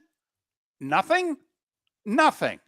And it was nothing, if you recall, because students who were not athletes could go take those same nothing classes and get grades. Which is funny because there were kids taking that online class that they took Florida State's track championship away from. That was not a class made up entirely of athletes. In fact, it was a class made up predominantly of non-athletes. Okay, but there was an online course in which they said some funky stuff was going on. Okay, and Florida State lost, titles and wins and the whole deal if there was a single athlete from a single team who took that class. And there was like 2 kids on the track team who were in that class, and Florida State lost a national championship over it. And it's funny when you tease that, David. I didn't have a clue what you were talking about. I'm like, what the hell is he talking about? So I go to an app and I looked at NCAA football, right, and to see if anything happened. And I wish I would have seen this before we had Amanda on. I didn't realize yesterday a judge in North Carolina denied 4 players an extra year of eligibility. Yes. And there's a 5th one who hasn't heard yet, but they think that player is going to be SOL as well. Meanwhile, the federal judge in Jersey seems inclined to grant the Rutgers safety a 6th year of eligibility and shooting down the 5-year eligibility rule in the process. So you think sometimes we get confused? Judges are on opposite sides of the same essentially case, not same people, but same substance of the case, dealing with college eligibility and how much they should get, which, by the way, is another incredible flaw of the NCAA, because they're the ones that have been able to grant waivers, and they pick and choose which kids get them. We've all seen the stories of someone wanting to get closer to home because mom or dad is sick and they want to be a little closer. And sometimes, well, they're granted another year of eligibility. And sometimes, for reasons you can't figure out, they're not. I think Ohio State had one. NC State had one. I mean, and there's no rhyme or reason to how the NCAA rules. You know I'd blow it up. I literally would. They're event planners. That's all they are. I would not, in my future of college athletics, all right, there is no punishment that comes down from the NCAA. But the reason that they still have the power they do, I think, is because of what we talked to Amanda about.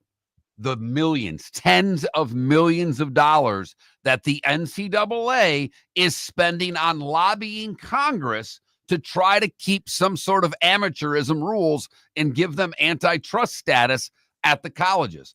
That's why they're still around, because the Big Ten and the SEC can let the NCAA flip the bill for their lobbyists, David. I wonder if the negotiating rights, and I know we're up against a break here, I wonder if the negotiating rights to the NCAA tournament were lost by the NCAA and went to the conferences and the schools if the NCAA would go away. Miller and Moulton are very grateful to you, the listeners, for making us one of the highest rated shows for men, because the working man is one of the toughest demos to reach, and we do. Great sponsors like Floor Meisters, American Paint Supplies, Glass Doctor, Sleep Treatment Direct, Game Day Men's Health, and Molly Maid recognize that, and we thank them.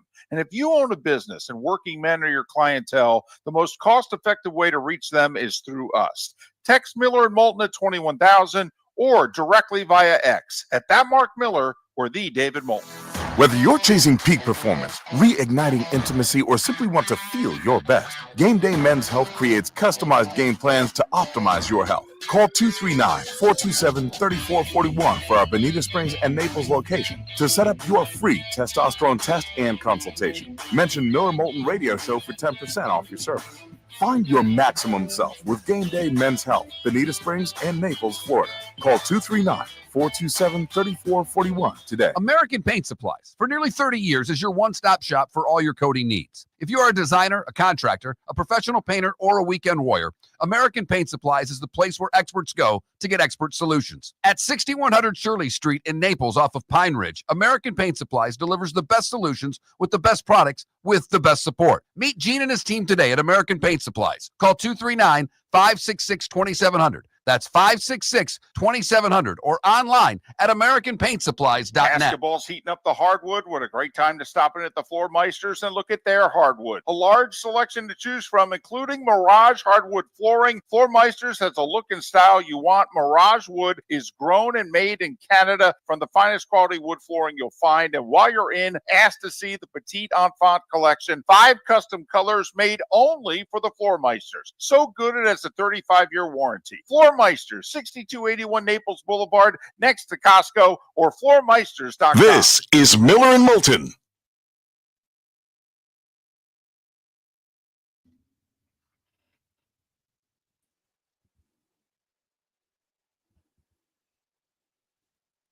I bet you did not expect an Elon shout out today, did you, Johnny Mac? So, you know the railroad track right here by the station? Yeah. The unused railroad track. Right. They have been talking for a few years of developing a, rails to trails thing, making it a bike walkway thing. Okay. And it would go from Collier County all the way to Alico. Well, that railroad separates the front 9 from the back 9 at Estero Country Club and cuts directly through that neighborhood. That's a gated community. They want to put a bike trail through the middle of it. People at Estero Country Club don't really like that idea. Right. And now apparently they've got, I guess, half the money to buy phase 1. So I'm going to imagine when I play golf today, the membership is going to be hot and bothered about this one. Now, by the time this project is done, most of the membership at Estero Country Club will be dead. Wait for it, dead. Right. Are they powerless to stop this? No, they're trying. We've hired lawyers, and they've given them alternatives of where they want it to run when it gets to Estero Parkway, how it would go around as opposed to through. By the way, to be honest, you're not too far from Alico. I mean, why can't they just stop? I mean, seriously. But it's going to Alico. It's going, that it goes from Wiggins Pass in Collier to Alico in Lee. Well, doesn't it also then run through the community on the other side of the street, or no? No, there's no other gates that it goes through. Gotcha. We're the only gate. Gotcha. What, the rails to trails, you think? I don't think it's stupid. I actually think it's a great idea. We have a abandoned railroad track that the Gulf Coast Railway or whatever the company is does not maintain. It's an eyesore. Why not get them damn bikers off the damn road? Oh. I don't think that's the amount of bikes that they're on. You couldn't pay me to ride a bike around here the way people drive. I think those people take their lives in their own damn hands every time they get on their bicycle. I did not realize what a pet peeve it is of my wife. She hates bikers on the main roads. Oh my goodness. My minister's daughter's there. I'm like, where does this come from? Oh man. She gets honked. Use the rail how, Logic Man? You want to bring trains in to take people from Wiggins Pass to Alico? I'm like, how do you want to use it? Explain that to me.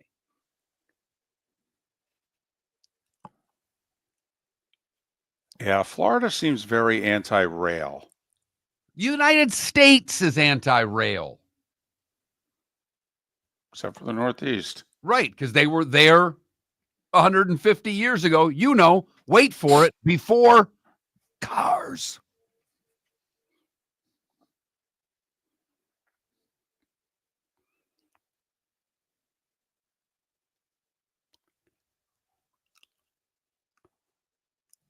They're spending all this money on a subway system in LA, which looks like it's going to be amazing. And people are like, yeah, I don't think anybody's going to use it. We love our cars. They're like, yeah, you can cut your traffic time and, by 70%.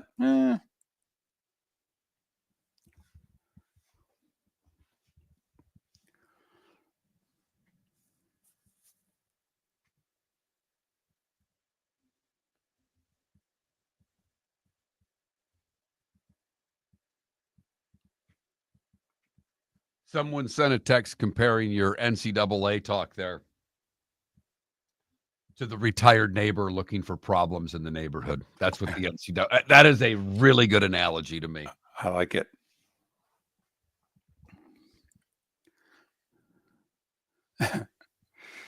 Every community's got a couple of those.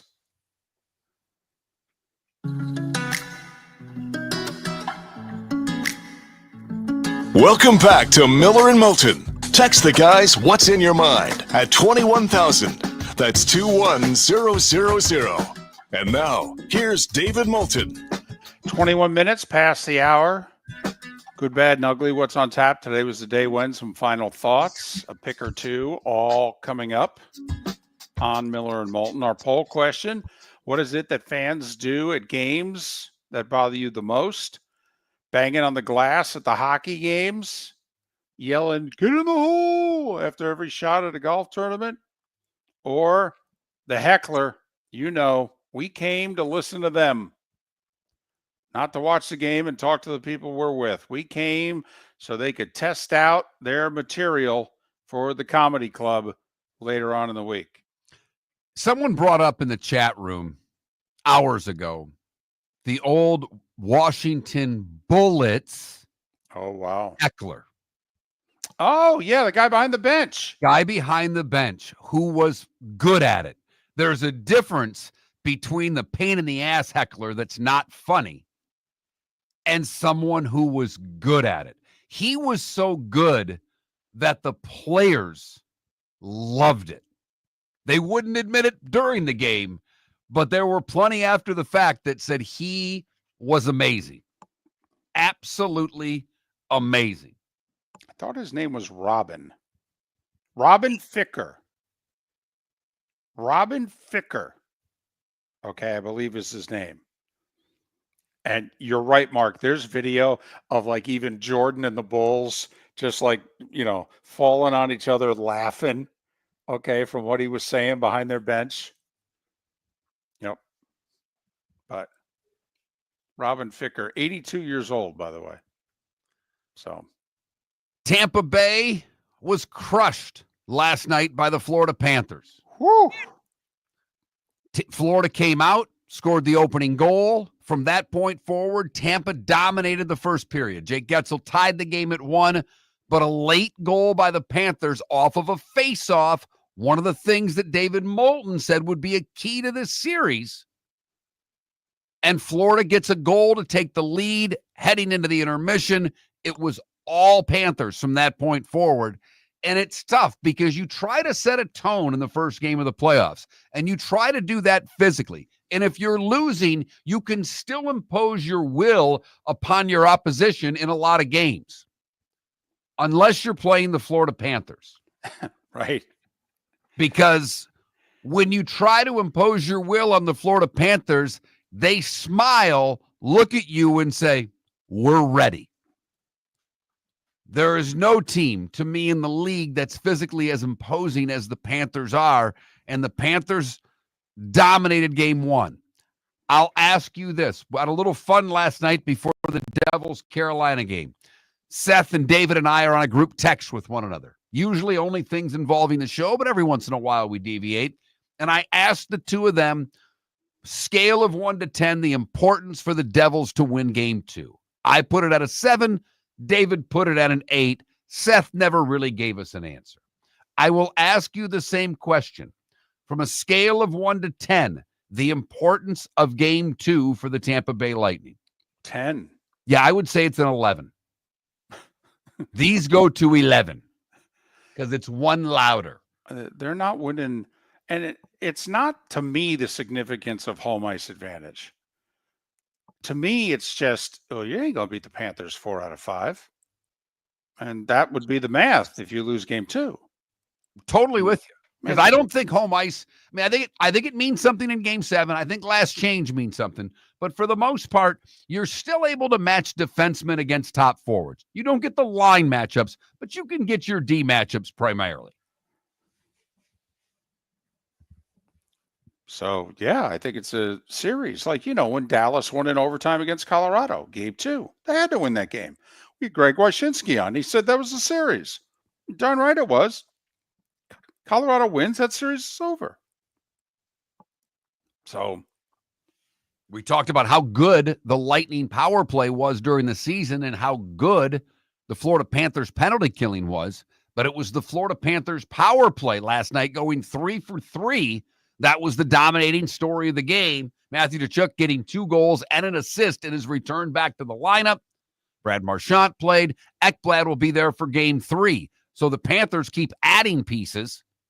And Tampa got a little banged up last night. A couple of guys I don't know if they came back, so we'll have to keep an eye on where Tampa is injury-wise for the rest of the series, as they've already lost one key contributor. Their third-line center, Bjorkstrand, is out with an injury, won't play the entire series. Peter Schrager, who's now with ESPN, formerly of the NFL Network and Fox, he released his mock draft a little while ago. He does have a couple of trades, not as many as I think we believe will happen. In fact, Mark, his first trade is Indianapolis moving up from 14 to 10 with Chicago. And the Colts do it because they got to get their hands on Colston Loveland, the tight end from Michigan. So he has Warren going earlier than 10 then, obviously. To the Jets at 7. Okay, and that would be the key to that, because Indianapolis has been tied to a tight end for a while, but it matters when Warren goes of where you're going to be able to get Loveland. So I understand the logic there. He has Genty going to the Jags at 5. Then Membo, the tackle from Missouri, goes to the Raiders at 6. There's a couple of guys who really fall. Mason Graham falls to the Dolphins at 13, according to Peter Schrager. They would do backflips if that happened. They are so soft in the middle of that line. To be able to get Graham and put a plug-and-play guy in there at 13 in the defensive line, that would be amazing for the Dolphins. The Bucs at 19 take the Arizona wide receiver, Ted McMillan, the 6'4" kid. Okay. Shedeur Sanders goes to the Steelers at 21. The Giants trade back in with the Rams at 26 to take Jackson Dart. I'll say this, Will Johnson, the corner, falls all the way to the Lions at 28.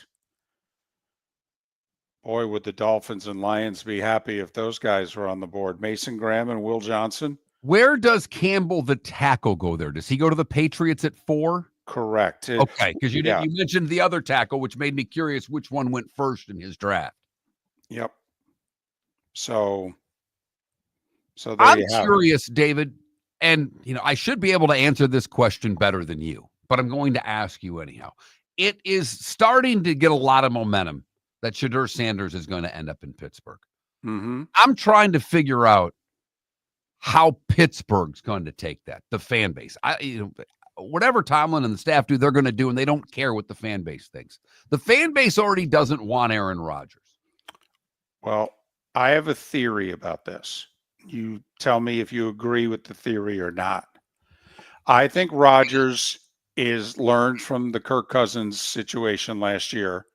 I don't think Cousins signs with Atlanta if he knows they're taking Penix 6 weeks later in the draft. So Rodgers, I think, is waiting to see what the Steelers do at quarterback. If the Steelers draft either Sanders or Jackson Dart, I don't think Aaron Rodgers plays for the Steelers. I think he thinks, well, I'd have 1 year tops, maybe even not the full year. That doesn't interest me. If the Steelers take a Jalen Milroe, I think Rodgers signs a 2-year deal with the Steelers and they groom Milroe.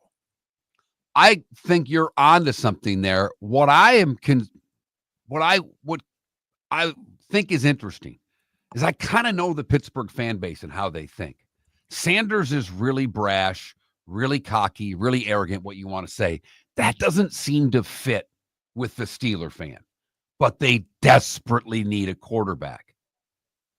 So I'm just curious how Shedeur Sanders will play out if Pittsburgh drafts him. Either way, Rodgers or Sanders, to me, as someone who sells their season tickets, I'm interested in both of them. Get a quarterback. These Mason Rudolph tickets aren't worth a damn thing. The good, the bad, and the ugly. Today was a day when and what's on tap. It's how we finish the show out, and that is next. For over 50 years, the Nolan family has been dedicated to protecting local families. Nolan Family Insurance is a second-generation independent agency that specializes in home, flood, auto, and boat insurance. They take the time needed to explain your coverage options and answer your questions so you can make an informed decision that's right for you. If you're looking for an agency that treats you like family, call 941-639-1122 or go to nolanagency.com. That's 941-639-1122 or nolanagency.com. Wine glasses never fall over until you get a brand new rug. Oh no! Ketchup bottles act normal till you're wearing a new shirt. Oh, you kidding me? And rocks slide peacefully on the road till the day you get a brand new windshield. Then they fly up off the road and attack without mercy. That's why new windshields from Glass Doctor come with our windshield protection plan. Unlimited repairs and one replacement for 12 months. Don't just fix it, protect it. Glass Doctor, a neighborly company. Mark Miller for Sleep Treatment Direct. They are helping me with sleep apnea. And by helping me, I mean curing me. No more CPAP machine, no more snoring, no more tossing, no more waking up exhausted. Their expert team got me the right treatment fast and hassle-free. If you want to feel energized and get rid of your snoring, call Sleep Treatment Direct today. 444-1741. That's 239-444-1741. Sleep Treatment Direct. Sleep safe and sound. Mark Miller for Molly Maid. Why Molly Maid, you ask? Trust. Moulton was a customer for 15 years. Affordability.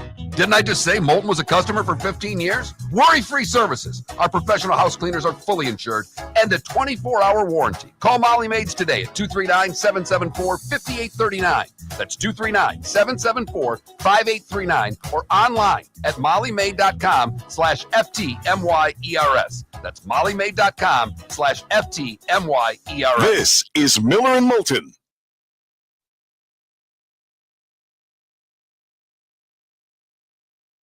I hope you guys can hear me in the chat room. So Peter Strager to Irish football wants to know who he has the Broncos taking. Wide receiver Igbuka from Ohio State is who he has going to Denver.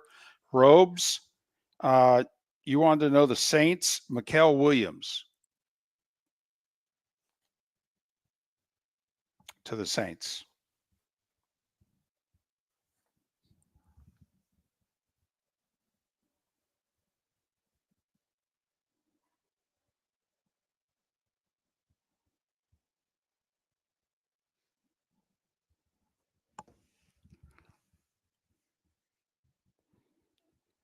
For what it's worth, David, I am putting 3 segments for today's show and Friday's show. Our heckling segment at 7:21, Amanda, and then our NCAA segment at 9. Okay. Sounds my community is not a part of it. The golf course that I belong to, and when I start my GoFundMe page to keep my membership and let you guys pay for it, in the summer, that would be great. Or you could list all your houses with me so I can keep my membership. But they have a lawsuit. They've hired attorneys and are trying to fight this. Now, do they have a legal leg to stand on? I don't know. They think they do. They don't own the rail. I don't know. I don't know how it would work.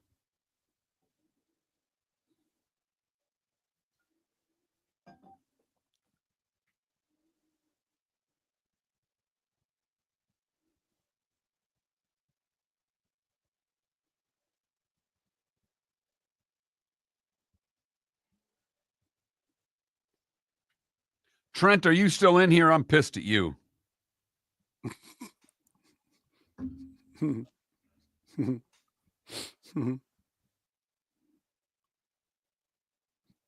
Trent's big play yesterday. We talked about, we did NBA the first segment. Let him do a little Pistons and do a little NBA. And he's like, Lakers getting blown out. And he's like, LeBron has a history of bad game ones. He was, if there was a prop I would take, it would be over points LeBron in game 2. Gotcha. He didn't go over. I took a Trent special.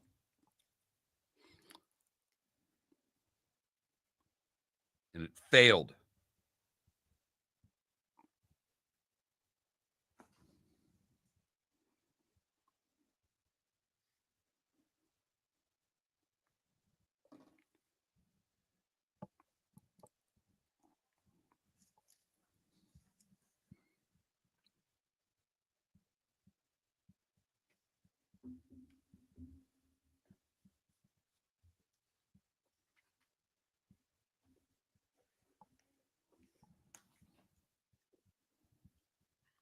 Hey, Guillermo, I'm going to ask you a favor since you're in here. Any of those sponsors that you led me to that we could revisit? A lot of them didn't get back to me, but I don't know if there was any that you know that might have some interest, because we really do have to get 3 more sponsors to the show. It would make me feel like we're going to make it. Right now, I feel like we are on a tightrope going from one building to another, and at any moment we could fall without a net.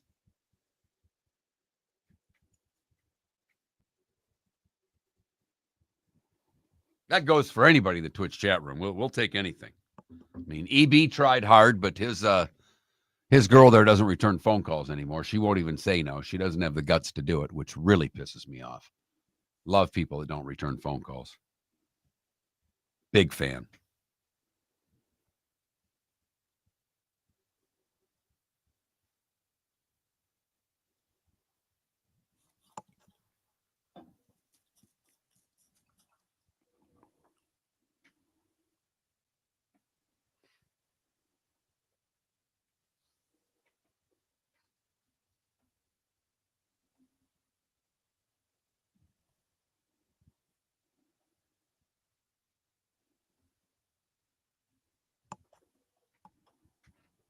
Thank you very much, Guillermo.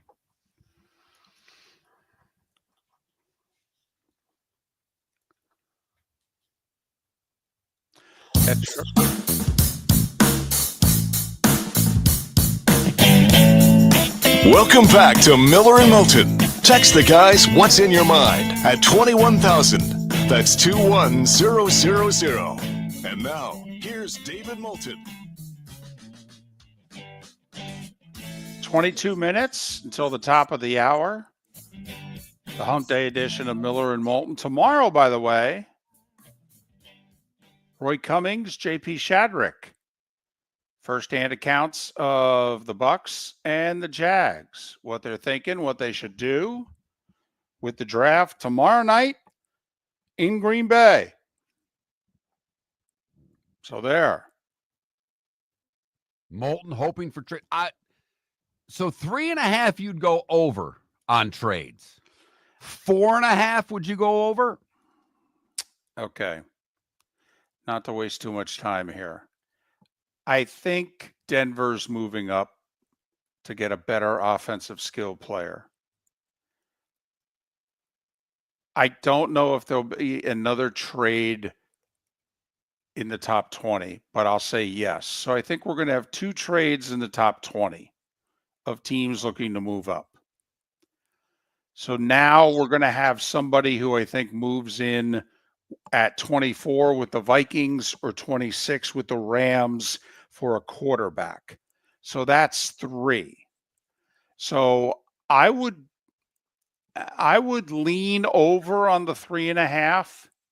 4.5 would scare me in terms of number of trades. But if I had to, Mark, I would go over, because there are lots of small deals, they're moving up. How many times did we do it, moving up 2 spots and this, that, Well, and the you didn't other even thing. bring up the Chiefs, who very well could move up if they want to go get a tackle.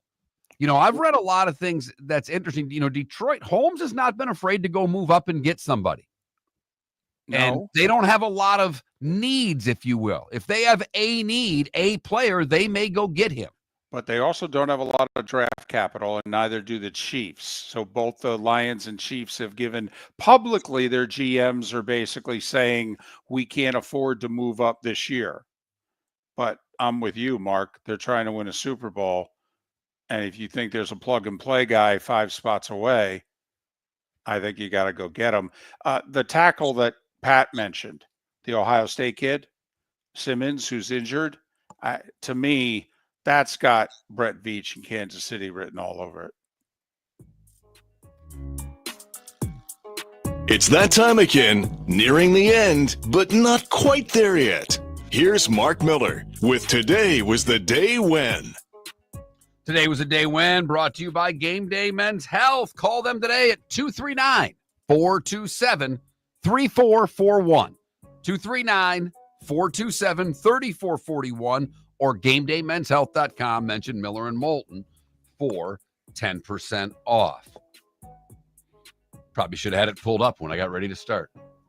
We start today in 1516, a very important day in the history of beer, because Duke Wilhelm IV of Bavaria endorses the German beer purity law. It adds to the standards for the sale of beer, ensuring beer is only brewed from 3 ingredients: water, barley, and hops. Thank you, Duke Wilhelm. President-elect George Washington moves into Franklin House in New York, the first official residence of a U.S. president. 1939, Ted Williams hits his first home run for the Red Sox. 1954, Hank Aaron hits his first of 755. Today in 65, For Your Mother, David, I Can't Help Myself, released by the Four Tops, Song of the Year in 1965. I can't help myself. 1971, the Stones released Sticky Fingers, one of the great album covers of all time. The Ramones released their self-titled debut today in 1976, included Blitzkrieg Bop. The worst marketing move maybe in the history of business. Today in 1985, New Coke debuted. 79 days it lasted. 79 days. Now, you got to remember, this is obviously way before the internet. The only way you could complain is to letters in the mail or phone calls. Legend has it that the Coca-Cola switchboard was getting 10,000 calls a day of complaint about New Coke. Today in 89, Kareem Abdul-Jabbar would score 10 points in his last game with the Lakers. Also today in 89, might want to text him later today and congratulate him. Your guy, Troy Aikman, picked first overall by the Dallas Cowboys. If the Packers hadn't won the last game of the year, Lindy Infante, a 2-13 team, won their last game of the year. Otherwise, Green Bay would have had the first overall pick. And Troy says he was not a good bad weather quarterback. Okay, he does not think he would have been the quarterback that he became if he played in Green Bay. Alex Smith selected first overall by the Niners today in 2005. Also today in 2005, the first upload, YouTube started. The first ever upload of a video by YouTube's co-founder, Jared Karam, was me at the zoo, showing him in front of 2 elephants at the San Diego Zoo. It has over 311 million views. Joe Burrow was the first pick of the Bengals today in 2020. Pretty good list of people that were born today. We start with Bill Shakespeare, James Buchanan, Warren Spahn, Shirley Temple, Roy Orbison, Hervé Villechaize, and Tony Esposito. Wow. Hervé Villechaize, for those who don't know, had the greatest line in television history. Boss, deplane, deplane. Welcome to Fantasy Island. Lee Majors is 86, the $6 million man. Michael Moore, filmmaker, is 71. Valerie Bertinelli is 65. George Lopez is 64. Sam Madison, 51. And John Cena and John Oliver are each 48 years old today. John Oliver's had a lot of fun about the fact that he shares his birthday with John Cena. And they're the same age and how differently they have aged and looked physically. Yep. He's always been pretty good with that. Well, I guess Cena admitted the other day, though, that he had like hair implants. Okay. And he also has said that this year is it. Okay. He came out this week on McAfee's show and he said, yeah, I've lost a step. He goes, and I always swore that once I lost a step, I'd be done. He goes, so at the end of this year, I'm done. And he goes, I know wrestlers, boxers. He goes, but I'm telling you, I know I've lost a step. So I'm getting out. What, during that Monday Night Raw that McAfee did, the wrestling announcer went Shannon Sharp to McAfee, made him a little uncomfortable. There was quite a lot of topics that were brought up. Never mind the fact, and I just saw the highlights. Man, when they choked McAfee out, did you see the color of his? I mean, his face was purple. I mean, come on now, we're just acting here. I mean, you could make his face red while you're choking him. You don't have to make it purple. Purple, he's really lacking oxygen here.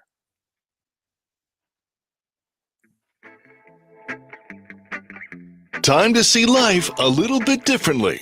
Here's Mark Miller with the good, the bad, and the ugly. What you got, Mark? All right, and I may do this. There's going to be two goods today. It's a double shot good. But one of them's for a young lady by the name of Mackenzie. Saturday, if you want to hang out with me, I'm going to be at the Palm City Brewery from 4 to 6. No radio thing, no nothing. Young lady qualified for nationals in gymnastics. They're having a fundraiser for her 4 to 6 on Saturday. If you want to come out and support her getting to nationals, she's a tremendous young gymnast, and there's a lot of expense to go, and they're going to raise some money for her. That is a good thing. The other thing that's good is go Florida House. They backed a Florida House panel backs raising the interstate speed limits to 75 miles an hour in the state of Florida.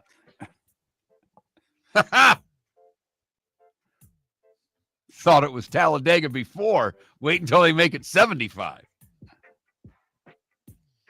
For the bad, we go to Palm Beach Gardens, where Gail Hines walked out of her backyard door, and she felt a bite on her leg as soon as she opened the backyard door. She said she felt something biting me. She screamed. It was a huge raccoon. After being bitten, she ran inside, doused her leg in peroxide, and then went to the emergency room while the daughter waited for animal control. Gail had to get vaccinated for rabies. I don't think I'd want to get attacked by a raccoon. No. They're nasty animals. Yes, they are. Yes, they are. By the way, North Dakota last week passed going from 75 to 80. There's two main interstates in North Dakota. I-29 goes north-south from north of Grand Forks into Canada and then south into South Dakota. I-94 goes east-west from Fargo past Mandan and into Wyoming and all that, or Montana, excuse me. And it's currently 75. There's a section mark of I-94. It used to be this way. That said, once the sun sets, you could go as fast as you want. That basically for truckers who were trying to get across the state, that basically at night, go as fast as you want. Well, isn't Montana that way too? I thought Montana had an unlimited speed limit during certain day parts. I thought that was the case on whether it's 80 or whatever, one of the, main east-west interstates. So Florida's trying to keep up with North Dakota, and North Dakota said to Florida, hold my beer, we're going to 80. For the ugly, we go to Hendry County here in Florida, where Taisha Holmes was arrested by a Hendry County school resource officer after a parent showed videos on her child's cell phone that the substitute teacher encouraged two middle school students to fight one another. Now, what I'm really confused by is the teacher, Holmes, the sub, was 20 years old. I didn't know you could be a substitute teacher at 20 years old. That, to me, unless she'd already graduated college early, seems to be a little young to be throwing someone into a middle school. But apparently, she was holding back one student who was being taunted by another as they both continue to argue. You could hear the teacher telling them to deal with their issues outside of school at the park. Very 1970s of her. Yes. Coach Boyd back at St. Peter and Paul High School was the football coach and the athletic director, David. If you and I had a problem, and we had a great schedule at St. Peter and Paul High School, you had free hours. You didn't have every class every day. You only had PE like 3 times a week and art. So you had free periods. And if you and I both had a free period, Thursday, 4th period, we could go to Coach Boyd and say, I don't like him. Can we go fight in the racquetball courts? And Coach Boyd would let you. And when the fight got out of hand, he would take his big class ring and bang it on the glass of the racquetball courts. And that meant the fight was over. And that is the good, the bad, and the ugly on today, Wednesday, April the 23rd, here on Miller and Moulton. My mother did that with Kenny Larson. Yep. I kept complaining about Kenny Larson at the dinner table. My mom said, "Get up, let's go." And we walked, and it was a good half-mile walk. And we walked to Kenny's house, and she banged on the door and said to Mrs. Larson, "Can our kids fight and get it over with? Because I'm tired of hearing my kid complain about your kid." And without hesitation, Mrs. Larson turned around and said, "Kenny, come down here and fight David." How hard will the Canadians fight tonight in Washington? They trail 1-0 in the series. That's the first of 3 NHL playoff games tonight. The Caps are monstrous favorites, as are the Avs. They're in the 9:30 game against Dallas. Both the Caps and Avs minus 190. Edmonton at LA. Kings minus 135 in that one. By the way, the first 2 hockey games are on ESPN, but the last game is on TBS. TNT's got the hoops tonight. Orlando, Boston at 7. Golden State, Houston at 9:30. Heat fans, NBA TV for Heat Cavs at 7:30 tonight. Tatum's a game time decision for the Celtics. Wonder if maybe you take Orlando in 10.5 because of it. Everybody's playing in baseball. 5 afternoon games, all right, including the Marlins at 1:10 against the Reds, trying to get the sweep.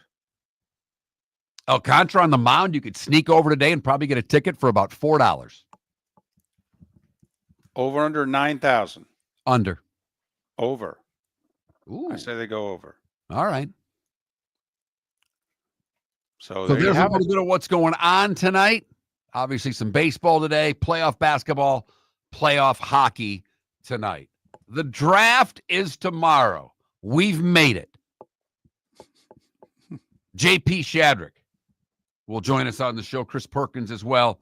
Or I'm sorry, Roy Cummings as well to talk the draft. If you missed any of the show, go to millerandmoulton.com or any of the usual suspects to download the podcast. Thanks for listening. Have a great Wednesday. American Paint Supplies, for nearly 30 years, is your one-stop shop for all your coating needs. If you are a designer, a contractor, a professional painter, or a weekend warrior, American Paint Supplies is the place where experts go to get expert solutions. At 6100 Shirley Street in Naples off of Pine Ridge, American Paint Supplies delivers the best solutions with the best products with the best support. Meet Gene and his team today at American Paint Supplies. Call 239-566-2700. That's 566-2700 or online at AmericanPaintSupplies.net. Wine glasses never fall over until you get a brand new rug. Oh, no. Ketchup bottles act normal till you're wearing a new shirt. Oh, you kidding me? And rocks lie peacefully on the road till the day you get a brand new windshield. Then they fly up off the road and attack without mercy. That's why new windshields from Glass Doctor come with our windshield protection plan. Unlimited repairs and 1 replacement for 12 months. Don't just fix it, protect it. Glass Doctor. A neighborly company.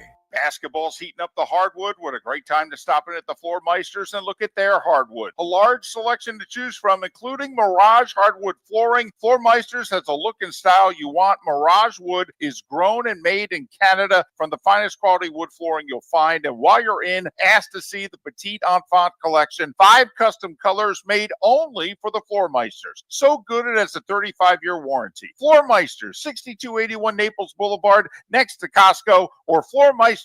Mark Miller for Molly Maid. Why Molly Maid, you ask? Trust. Moulton was a customer for 15 years. Affordability. Didn't I just say Moulton was a customer for 15 years? Worry-free services. Our professional house cleaners are fully insured and a 24-hour warranty. Call Molly Maids today at 239-774-5839. That's 239-774-5839 or online at mollymaid.com/FTMYERS. That's mollymaid.com/FTMYERS. We've got a text message for Dr. Dollar. A few of my friends are taking daily Cialis or Viagra. What are the benefits and how much does it cost? Great question. Cialis, Tadalafil, and Viagra, Sildenafil are game changer for men who want better performance, stamina, and confidence. They improve blood flow, support long-lasting performance, and help you feel like yourself again. And the best part, at Revitalize Clinic, we make it affordable. Less than $1 per pill. No overpriced prescription, No hassle, just real results, American made at the best prices in town. Plus, with early hours starting at 5:30 in the morning, we fit your schedule. Take control of your health today. Call Revitalize Clinic at 239-277-5770. Visit revitalizelounge.com or text Dr. Dollar directly at 239-980-2302. That's 239-980-2302.